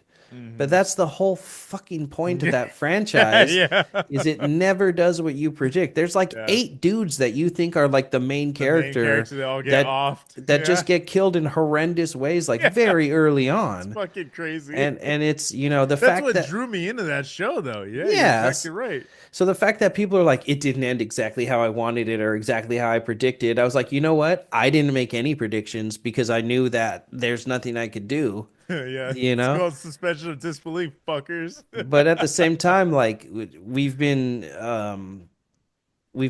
conditioned to like when you're watching a Yeah. movie or a TV show with someone like when we were watching the coffee table, we were all like, Hmm. "Oh, it's going to be this. It's going to be Yep. that. It's going to be this." Like you want to throw that guess out to Exactly. see if you're right because it's not as simple and easy as movies in the 80s and early 90s where it was A to B to C. Yep. It was, "Oh yeah, Chekhov's gun was in act 1.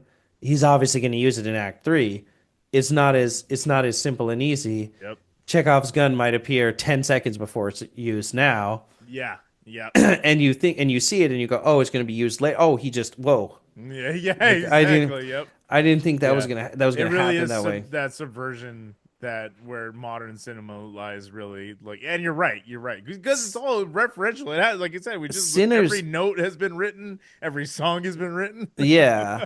Sinners is a good example where that movie changes genre like 5 times to the point where there's like full-on musical scenes in the middle and all these things God, and like three fucking times I have the seen it three times and I could like go for a fourth. the genre flip itself Yes. is like a postmodernist thing of like, oh, Yes. you thought you were here for like a home invasion revenge movie, Yep.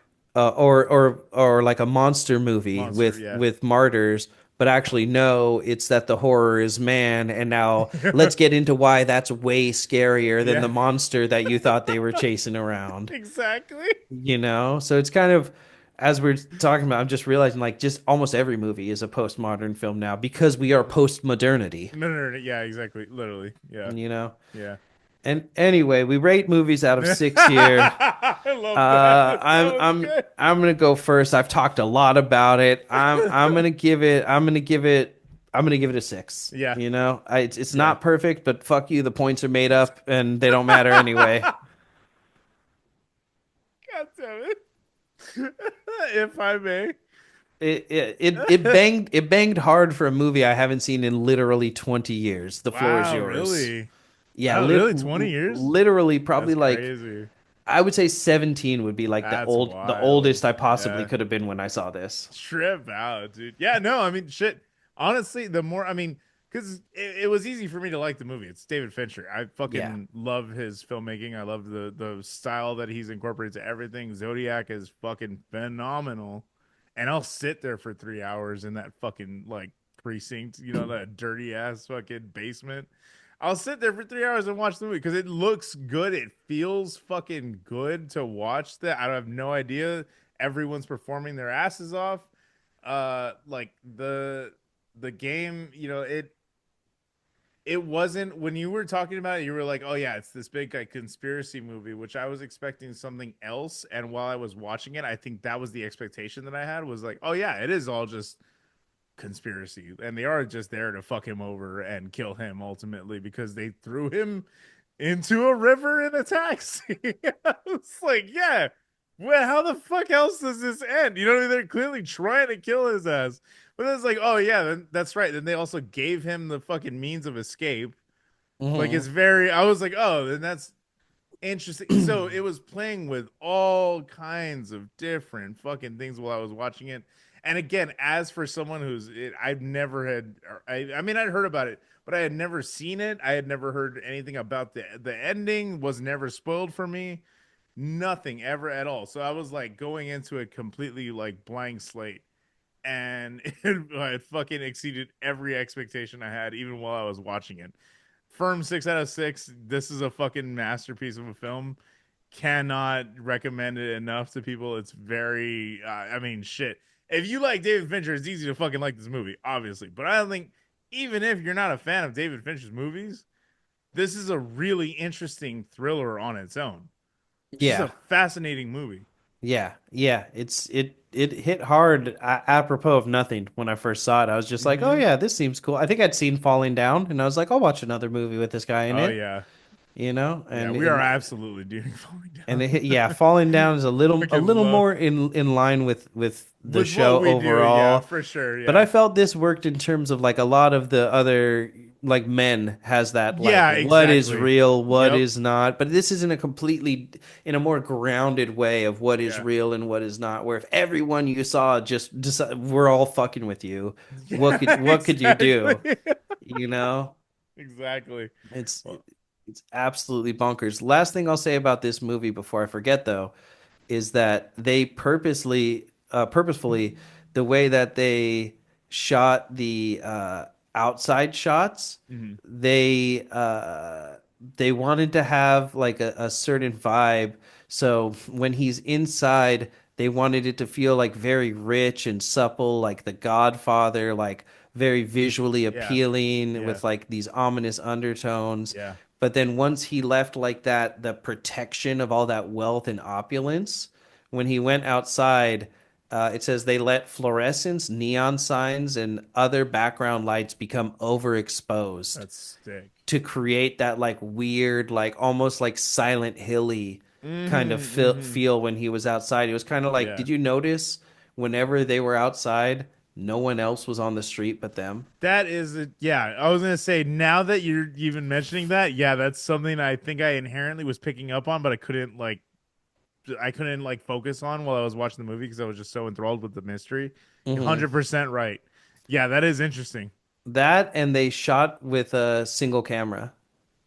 Damn, The the whole whole movie's movie. single Yeah, it's not camera even like, because yeah. dude, that's fucking crazy, man. And then I saw something also where he used a certain developing technique on the film itself Mm, to get like those darker tones in the shadows and stuff at night whenever he was using the street shots. interesting. Yeah, it's fun. It's endlessly fucking fascinating, dude. Like I love Fincher is one of the coolest directors, and yeah, in definitely in terms of like filmmakers that like have inspired me in my lifetime, just never really considered. Yeah, his movies have definitely been a massive inspiration in my life. Yeah. Yeah. I mean, Fincher's made banger after banger after banger, Hmm. honestly. I mean, all the way up to fucking Gone Girl.